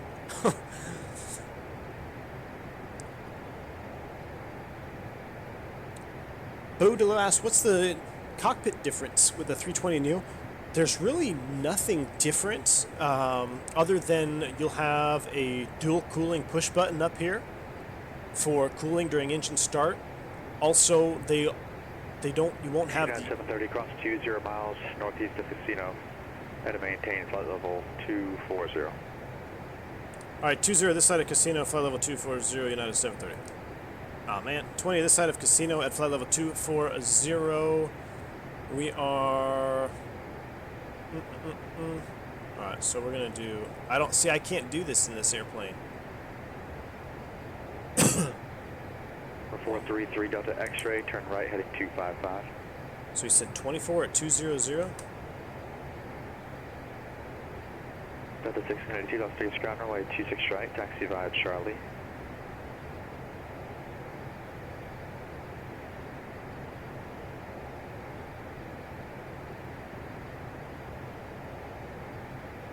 Did you say 200?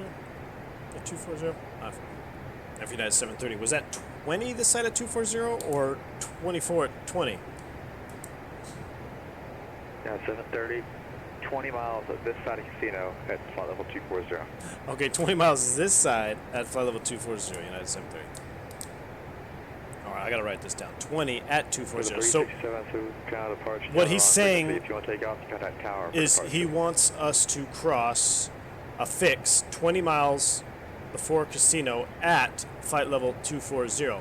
Now, in the real airplane, if we had a fix info page, what I would do here is I'd come here and I would go fix info, which we don't even have modeled, and I would put in Casino, and then I would put the 20 nautical mile range around there, and then I would double it, and then I would press it again, and what it would do is it would create a PBD off Casino. But that's not the case. So 367.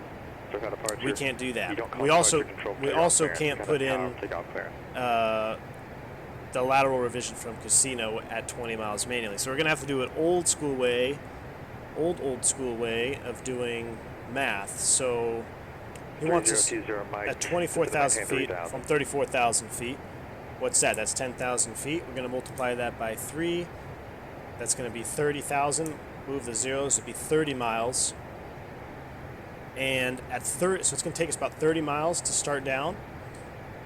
But we have to cross 20 miles this side. So 30 plus 20 is 50. So about 50 miles from Casino, we're going to start down. And just to be safe, I'm probably going to start down at about 60 miles at 240. So I'm going to go ahead and I'm going to set 240 in the altitude box there. And we're just going to hang tight. So we want to make sure we don't blow past that. So that's kind of the problem with not having full functional McDo is you can't put in the fix info and you also can't put in the fix from Casino.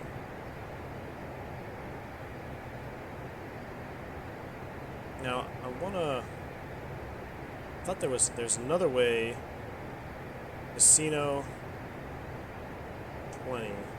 Delta 367 Los Angeles Tower, runway 25 right, cleared for takeoff. Wind is 1006. Now, if there's another way. Gosh, this is bad. This side of Casino at 20, not allowed. I don't remember the format, and I'm pretty sure it's not modded anyway. There's another way to do it. Instead of fix info page, you go Casino/24, and then you place that down.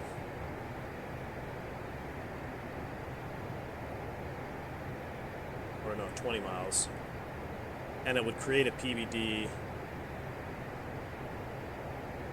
But it's not allowing me to place it, and I'm pretty sure... 4847 Palm Springs Tower, runway 31 left, clear for takeoff, wind variable at 3. Yeah, not allowed. So, I wish we had that model. Oh well.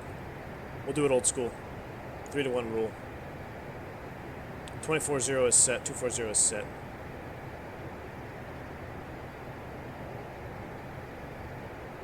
Alright. But yeah, the cockpit differences, there is no EPR, so you don't have an N1 degradation up here, but you do have dual cooling. So there's only 1 or 2 switches different in the cockpit and the Neo. Everything else is the same. Gruden says the fuel predict seems to be a bug by now. Yeah, I think, I'm pretty sure I read that on the forum somewhere too. It was a bug. Nick Lewis just got called off reserve. Oh man, I'm sorry to hear it. See you, Nick. Have a good one, man. So he must be on, so he said he's on reserve. Essentially what that means is he's on call to go to work. They may call, they may not call. And apparently they called today, so we lost our wingman. 433 Delta X-ray, cleared direct Waker. Cross Waker at or above 4,000. We're at 72 miles. 3.5 Yankee, runway 3 approach. Hank Moody says, do you know Greg with his Beechcraft Premiere 1 on YouTube? No, I don't. Does he have a real Premiere 1? That's pretty sweet. Delta 367, count departure. IMDimitri says you should call McCarran Ground to get the grease collectors ready off the runway. Oh, man. They're on T-52 Romeo, Kilo Long Beach Tower, runway 30. We're going to see. Wind 0. We're going to see. I've got 3. Oh, that makes a point. I got to turn off one of the landing plugins because it will conflict. We're going to get rid of this one. So, I was getting really inconsistent landing rates. So I have 2 plugins running now. I've got the one that everyone uses with the acceptable and butter and yeah. But I did that one just because everyone was asking by popular demand. So I have that one, but I still kept the other one that I have that tells you height above threshold and also distance from center line. So we can kind of compare the two. The landing rates are really hard to pin down.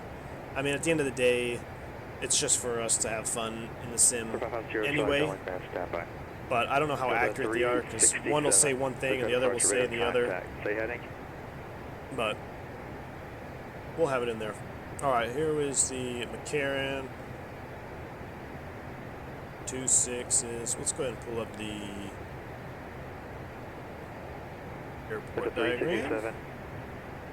132.4 for the ATIS. The departure procedure has a completely different description. I need you to turn left heading 2. Pretty sure. Oh man, we gotta start down. 220, maintain 5,000. Yep. Mach dis. Let's go ahead and put this in below mode.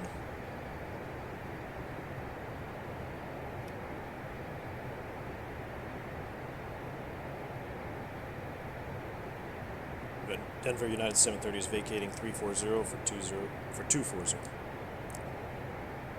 Yeah, 730, roger.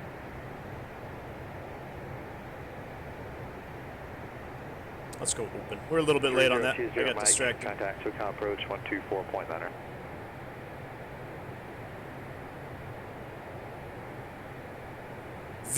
Carter says V1 Sim. I think someone is making on the forum a 220, but what quality it will be, we don't know.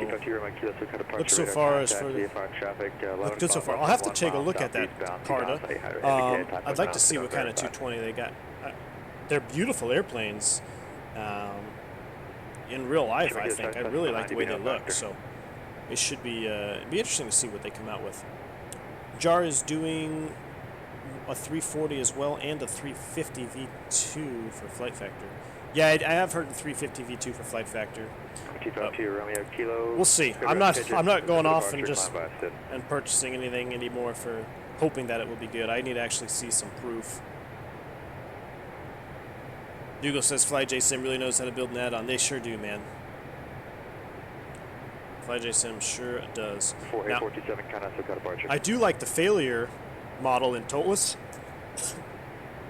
Luckily, we haven't had any right now. I was trying to record a go-around. How familiar are you with IFR flight? I was going to do a go-around procedure for you guys. Last night I was recording it, and there we go. Finally back into some nice ortho.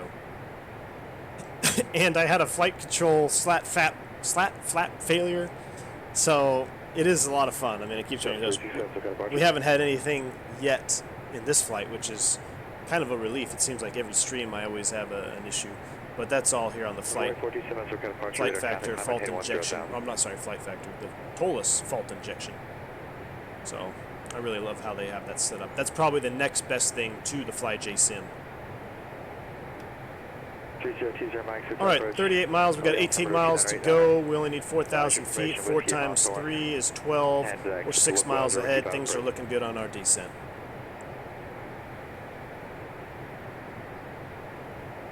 All right, we are coming down. Let's take a look outside.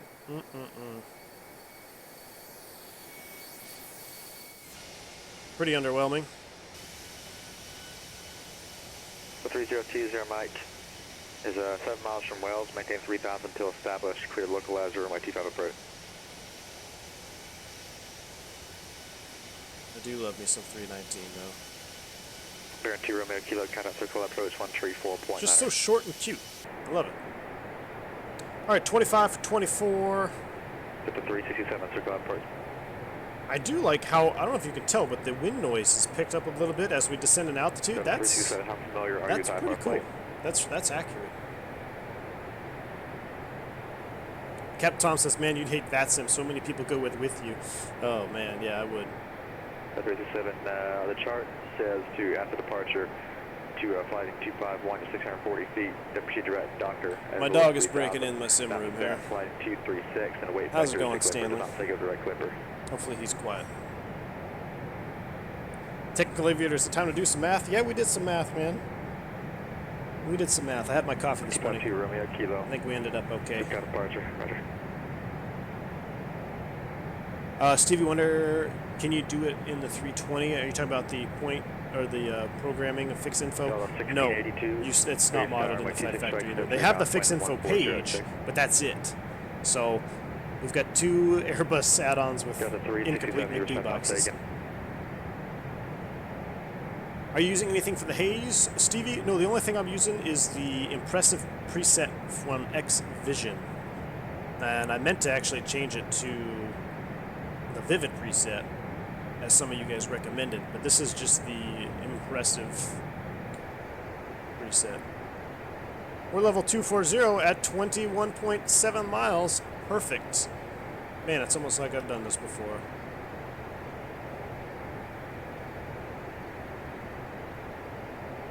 All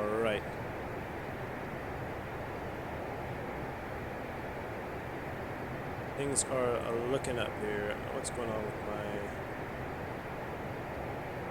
chat box? I lost my chat box. There it is. Alright, we're level 240. Let's make sure we're not going to... We've got Casino at or above 16,000. That looks good. MDA is set 2269. Let's see if we can pick us up some ATIS on 32.4. We're going to check out COM 2. Should have went the other way. 32.4.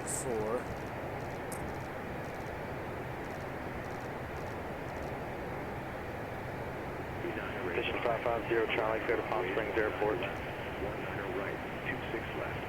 Departing runways 19 Beach, correction. Right, 26 right. 19s. VFR departures, contact clearance delivery. Advise on course heading. Altitude. Expect 17,005. Read back all runway assignments. Hold short instructions. Advise on initial contact. You have 3233.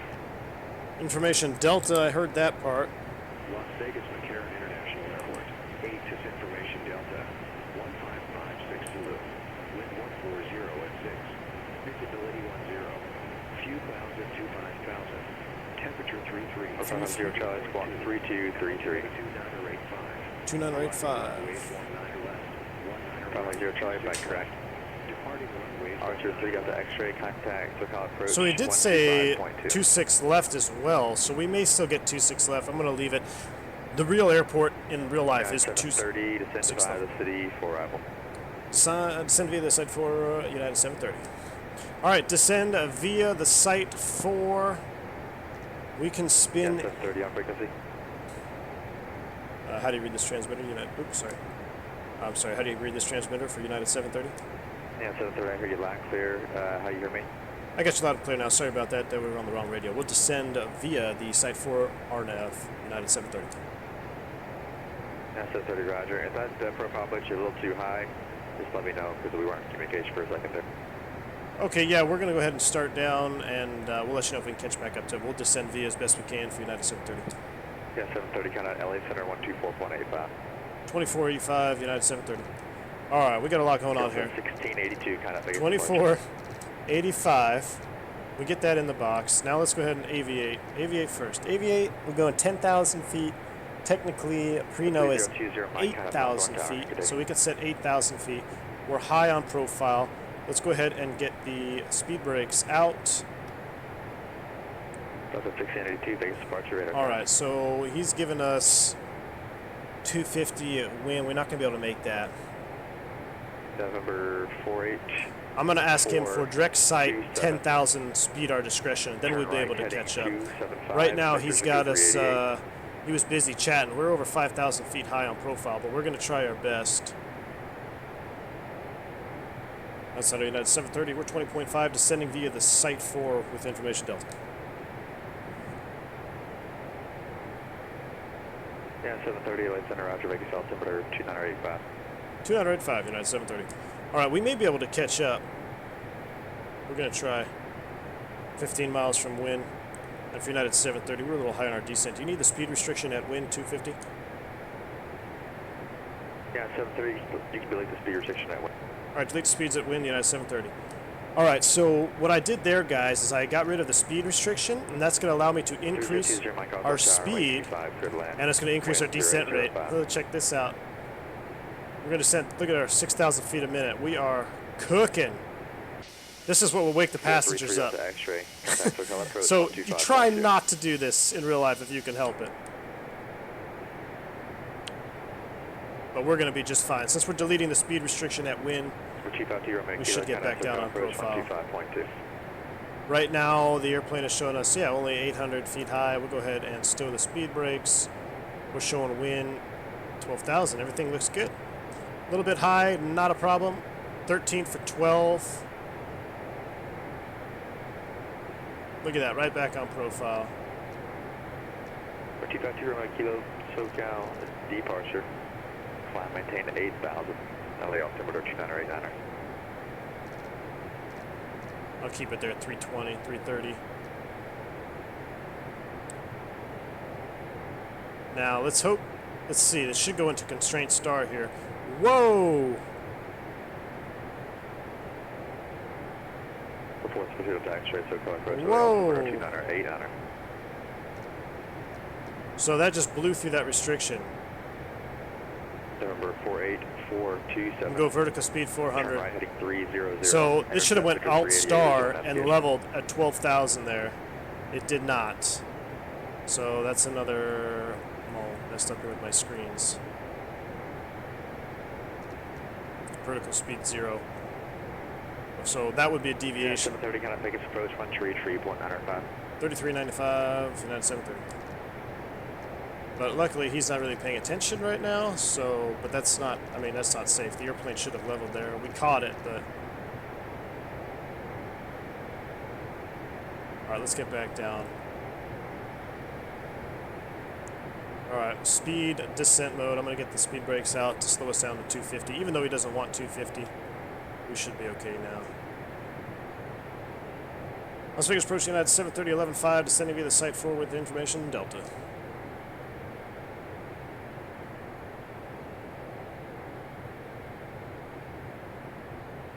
Yeah, 730, Vegas approach, Vegas altimeter 285, thanks for Delta. Cleared ILS runway 26 left approach. Good ILS 26 left approach, United 730. Alright, so we're cleared approach for 26 left. We're going to hang tight on the approach push button just because we're so far out. But we are cleared approach, and we are going below 10,000 feet here, so we'll go ahead and get our lights on. Being the flight attendant, we're going to leave that in taxi position as we get slowed down here to 250 knots. After sight, it looks like we are going to be turning left towards Ard and then Perino. Speed brake needs to be retracted. There we go. Alright. Sorry about that little cluster there, but everybody got a little bit behind. He was helping somebody with IFR clearance, and then our airplane decided not to level off. So, but everything is fine now. We're coming in. Okay. The Garudin says, thank you for choosing Roller Coaster Airlines. Yeah, man. Definitely. I remember one time coming into Chicago, we had it was an early morning flight out of Philadelphia, and it was like 4 a.m. showtime or something. So you're landing in Chicago before 7 o'clock in the morning, and the controller left us super high. They're like, yeah, Brickyard, can you make it from here? And I said, yep, sure can. Idle thrust, full speed brakes at 250 knots, and I mean, it definitely woke the passengers up. But hey, get to fly a little bit. Try not to do that when you can, but we were coming down on fire, figuratively speaking. One of the guys was actually I think it was a UPS guy. He was going to work or something, coming home from work. And he's like, man, that descent sure woke me up. Archer 3, Delta X-ray, count out Santa Monica Tower, 120.1. Alright, so I don't trust this box anymore. Okay, here we go. Descent mode. Alright, let's go ahead and get our boxes set back up. I'm having trust issues now with ToLiss. It's making me nervous. Alright, at 10,000 feet, we're going to go ahead and select speed. 230 is fine for right now. Activate, confirm the approach phase. And there are no more speed. There is a speed restriction at Preno, which is 210 knots. So I'm going to start scrolling back. 106. 210 knots for a speed restriction at Perino. 124.7. Get a little speed brake action now. 124.7. Our tower frequency for 1682, kind of Los Santos Center, 124.8. left 2485 Delta is 19.9er. Yeah, 730, kind of take approach 135.0. 35 nothing, United 730. One go approach, Baron 252, Romeo Kilo, level 8000. Baron 252, Romeo Kilo, point go approach, point go altimeter 2988. They're busy today. Approach United 730 is 8.5 on the 26 left approach. Yeah, 730 Vegas approach, roger, Vegas altimeter 2985. Been on at 5, United 730. Alright, we're slowing to 210 knots for a restriction at Preno. Things are looking good. 19.9ers in the standby. There's our flap speed. A lot of guys ask me, what do you use? How do you know when to deploy flaps? You see this little equal sign right here? Let me zoom in on it. We're speed alt star, level 8000. So this little equal sign right here, this is your VFE, flap extension. So when I drop to flaps 1, I'm going to get a red barber pull all the way down to 230. Clearance, clear to Santa Barbara Airport. So Street our departure. procedure is Fillmore VFE minus transition 10. filed. So you can deploy flaps 1 when you're at 220 knots. That way you don't risk overspeeding the flaps. Departure frequency. So let's go ahead and extend the flaps 1. 5632. I'm going to turn the engine volume up a little bit.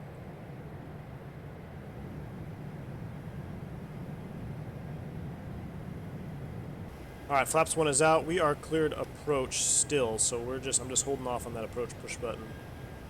I should have that out. Oops, sorry. Thank you. 3096, Tango back, correct? Reno at 8,000. Verify SWAT 5632.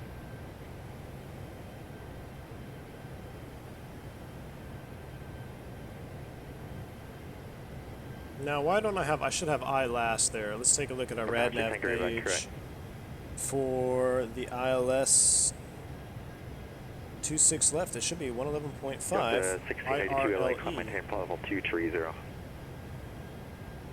IRLE. There we go. Oh, that should have auto-tuned. I don't know why. Buggy. All right, we're clear approach. Ah! Glide slope star looks captured. Let's go ahead and reduce speed to 180. All right, it's time to start flying. Let me reset my track IR.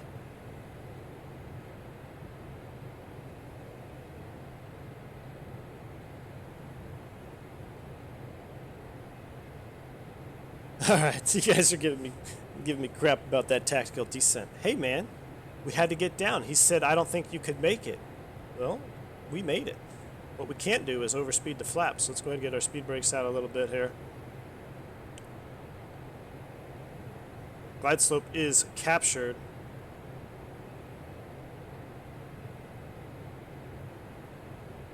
All right, so our touchdown zone for runway 26 left is 2,000 feet above sea level. So 4,000 feet is our 2,000 above touchdown that we like to meet. Want to be flaps 280 knots. I'm a little bit fast. We got the speed brakes out though. Let's go full. Vegas in sight. Airport in sight, United 730.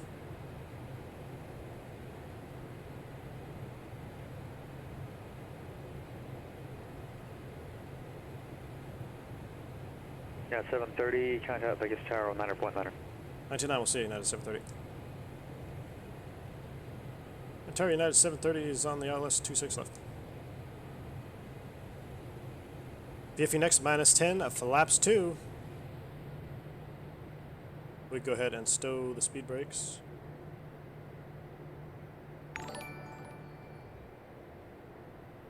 There we go. We're 180 knots, flaps 2 on the glide. Robert B coming in, $10 bomb, loving your streams. Keep up the good work. 730, Vegas Tower on 26 left, clear to land.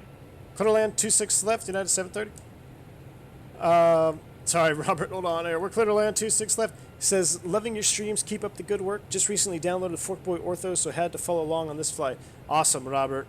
You're gonna love the that Forkboy, man. It is really nice. Thanks for the donation. Thanks for supporting the channel. I'm glad to have you here. Glad you're enjoying the content. All right, here we go. Let's go ahead and just fly this manually. So I'm going to go ahead and turn off my autopilot. Delta 1682, kind of Los Angeles Center 124.62. Let's go ahead and turn off auto thrust too, right? Auto thrust off. Whoa there, player. Let's go ahead and push for managed speed. 4,500 feet. Let's get the gear down. Spoilers arm. We're 4842.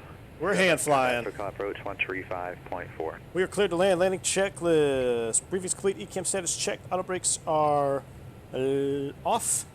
We're going to do manual brakes. Seatbelts are on minimums. I got 2269 set.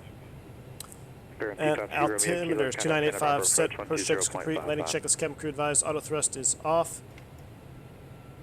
And we're just waiting on the ECAM memo here as we get our flaps out. There's flaps 3, and then we VFE next minus 10. Flaps full. Landing check.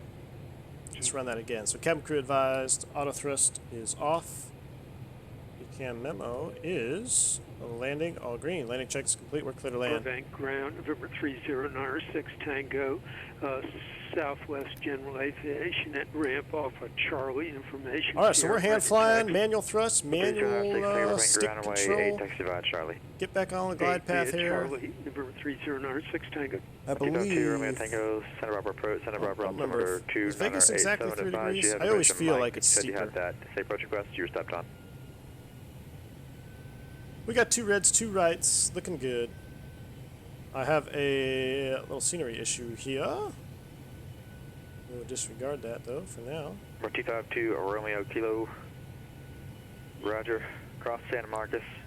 Header above 6 knot tailwind. That should be juicy. Cleared. Localizer. Back course Alpha. Approach. Expect straight runway 30. She hand flies like a dream. Santa Monica Tower, Cherokee 433 Delta X-ray. It's clear from way 3 at Alpha 3. Request taxi to northeast parking. Chico 2 Romeo Kilo, Roger. Report 33 Delta X-ray. Taxi to ramp by Alpha this frequency. Don't mind that airport scenery. I've been looking for good good Vegas. Delta 1682, light center climb, maintain flight level 370. I definitely have a little confliction there with INIs probably. That's what happens when you start messing around with everything. We're 1,000 stable, a little bit high here.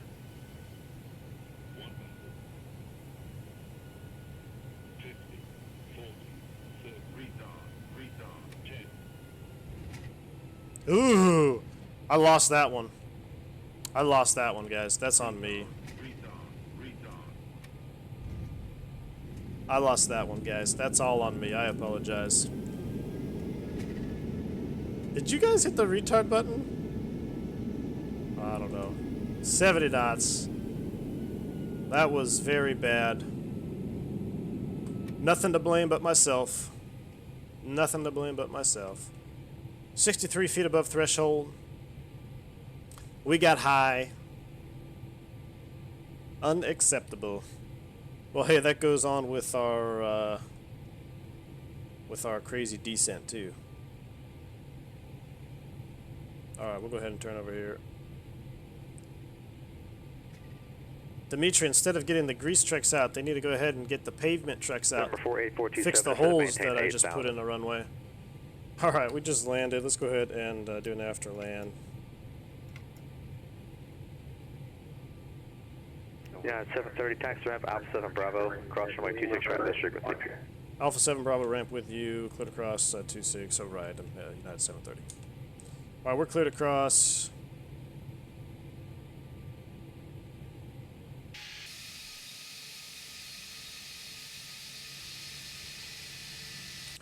That was terrible.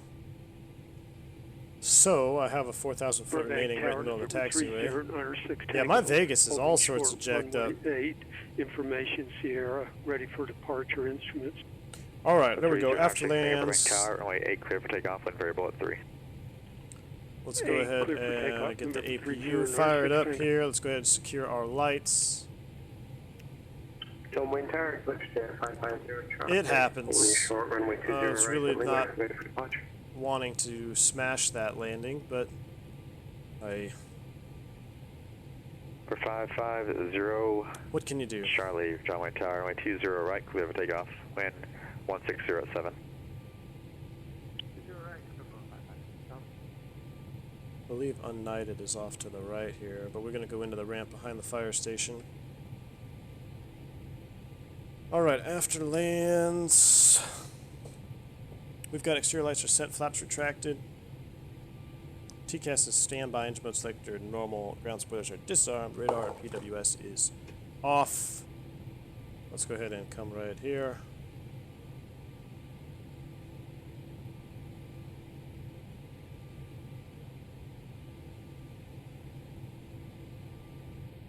Welcome to Las Vegas. I apologize for the landing there. The pilot hasn't flown in 8 weeks.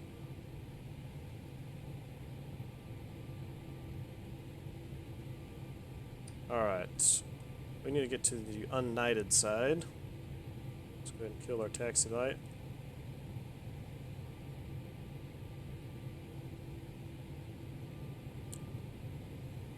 Fuel truck in the way there.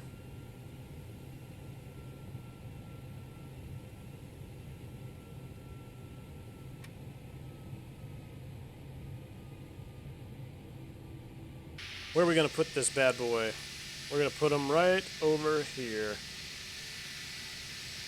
Lindbergh clearance, November 132 Echo Foxtrot. We don't need him anymore. We'll go ahead and turn that off. Alright, I'm going to need you to move, Ghost Tug. Ugh, I hate doing this. I can't look. I don't want to hit the tug and look at it. It's so bad. There goes your pilot's license. Thanks for your dedication for the last couple decades. It's all now out the window. And you are jobless for hitting a tug driver.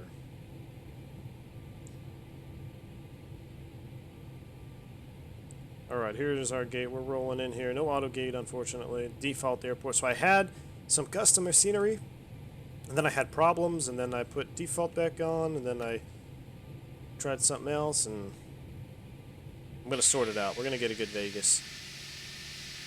I'm going to cheat here with the external view.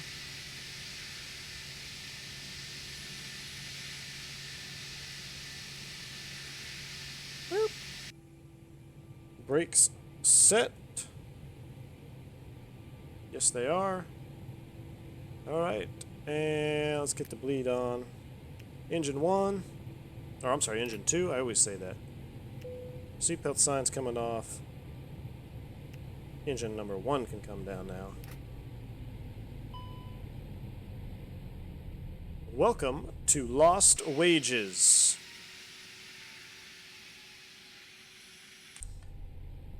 We got brakes hot. What do we got? Yeah, it's about accurate. We'll turn the brake fans on. It is a little bit tusty. Alright, let's take a look at that replay and let's see how bad of a pilot I am. Alright, first things first, we're going to disable X-Vision. Or, not X-Vision, what is it? Real View. Yep, disable that for the replay. Alright. Let's go ahead and take a look at all this stuff.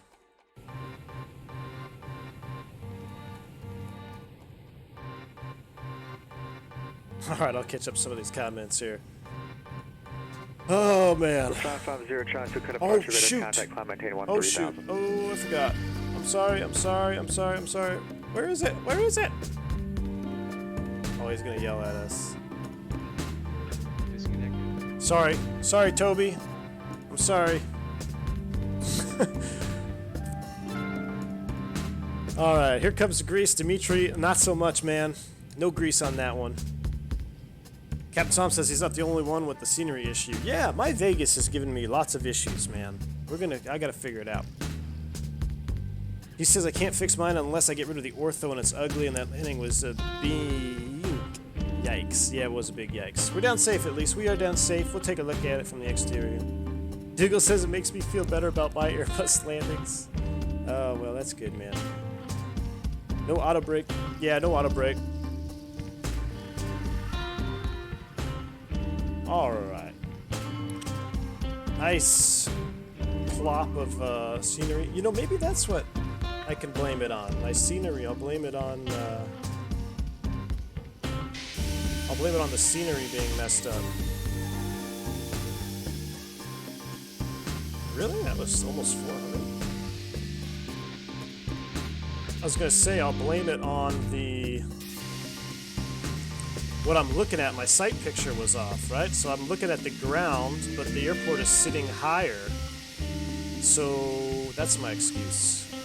You gotta have an excuse for your landing. Let's take a look at this again. I mean, I know it was firm. It definitely was firm. I got high and then I lost a little speed. Captain Tom is gonna head out of here. Nice. Thanks for stopping by, Captain Tom. No problem. You're welcome for the stream. Dimitri says any landing in the zone is a good one in my books.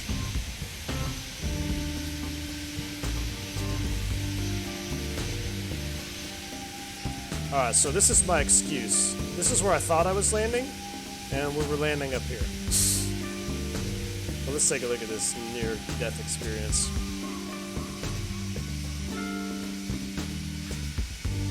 Does the view... Hold on. Let's see, I mean... Well, I don't know. What do you guys think? Let's watch it from the runway. Not that runway, this runway.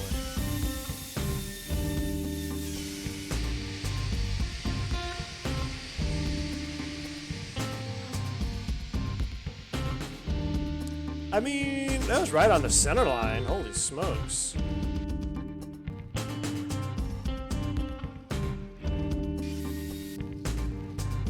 Carter says, does V1 have a Simulation Airways have a complaints department? I like to put in a claim for a back injury. In all seriousness, not bad after a while not flying. I do it all the time. Well, thanks, Carter. Appreciate it. I'm about 90% done with the new Las Vegas scenery from Chris Hargraves. Freeware. All right, man. Well, I'll be looking forward to that. That was an interesting little spoiler situation we had there. All right, guys. One or two more views, and then we are gonna get out of here. Oops, that's not where I want to be. I want to be right here. Let's go from this side. This looks a little bit better. Disconnect. Yeah, I know. I should have disconnected Pilot Edge. I'm sorry. If you guys know the controllers, tell them I apologize. I'll blame the tailman, Hank Moody. Yeah, I will. HD says, thanks for the great stream. As always, got to get a better Vegas scenery, though. Yeah, I'm going to try. Alright, guys. I'm going to leave it here with that. We'll give you a little bit of closeout music. And I will catch y'all on the next stream. Thanks for tuning in. Thanks for all the support. Thanks for all the donations. You guys are awesome. So I will see you guys on the next stream. Hope you have a blessed day wherever you are, and we'll catch you later.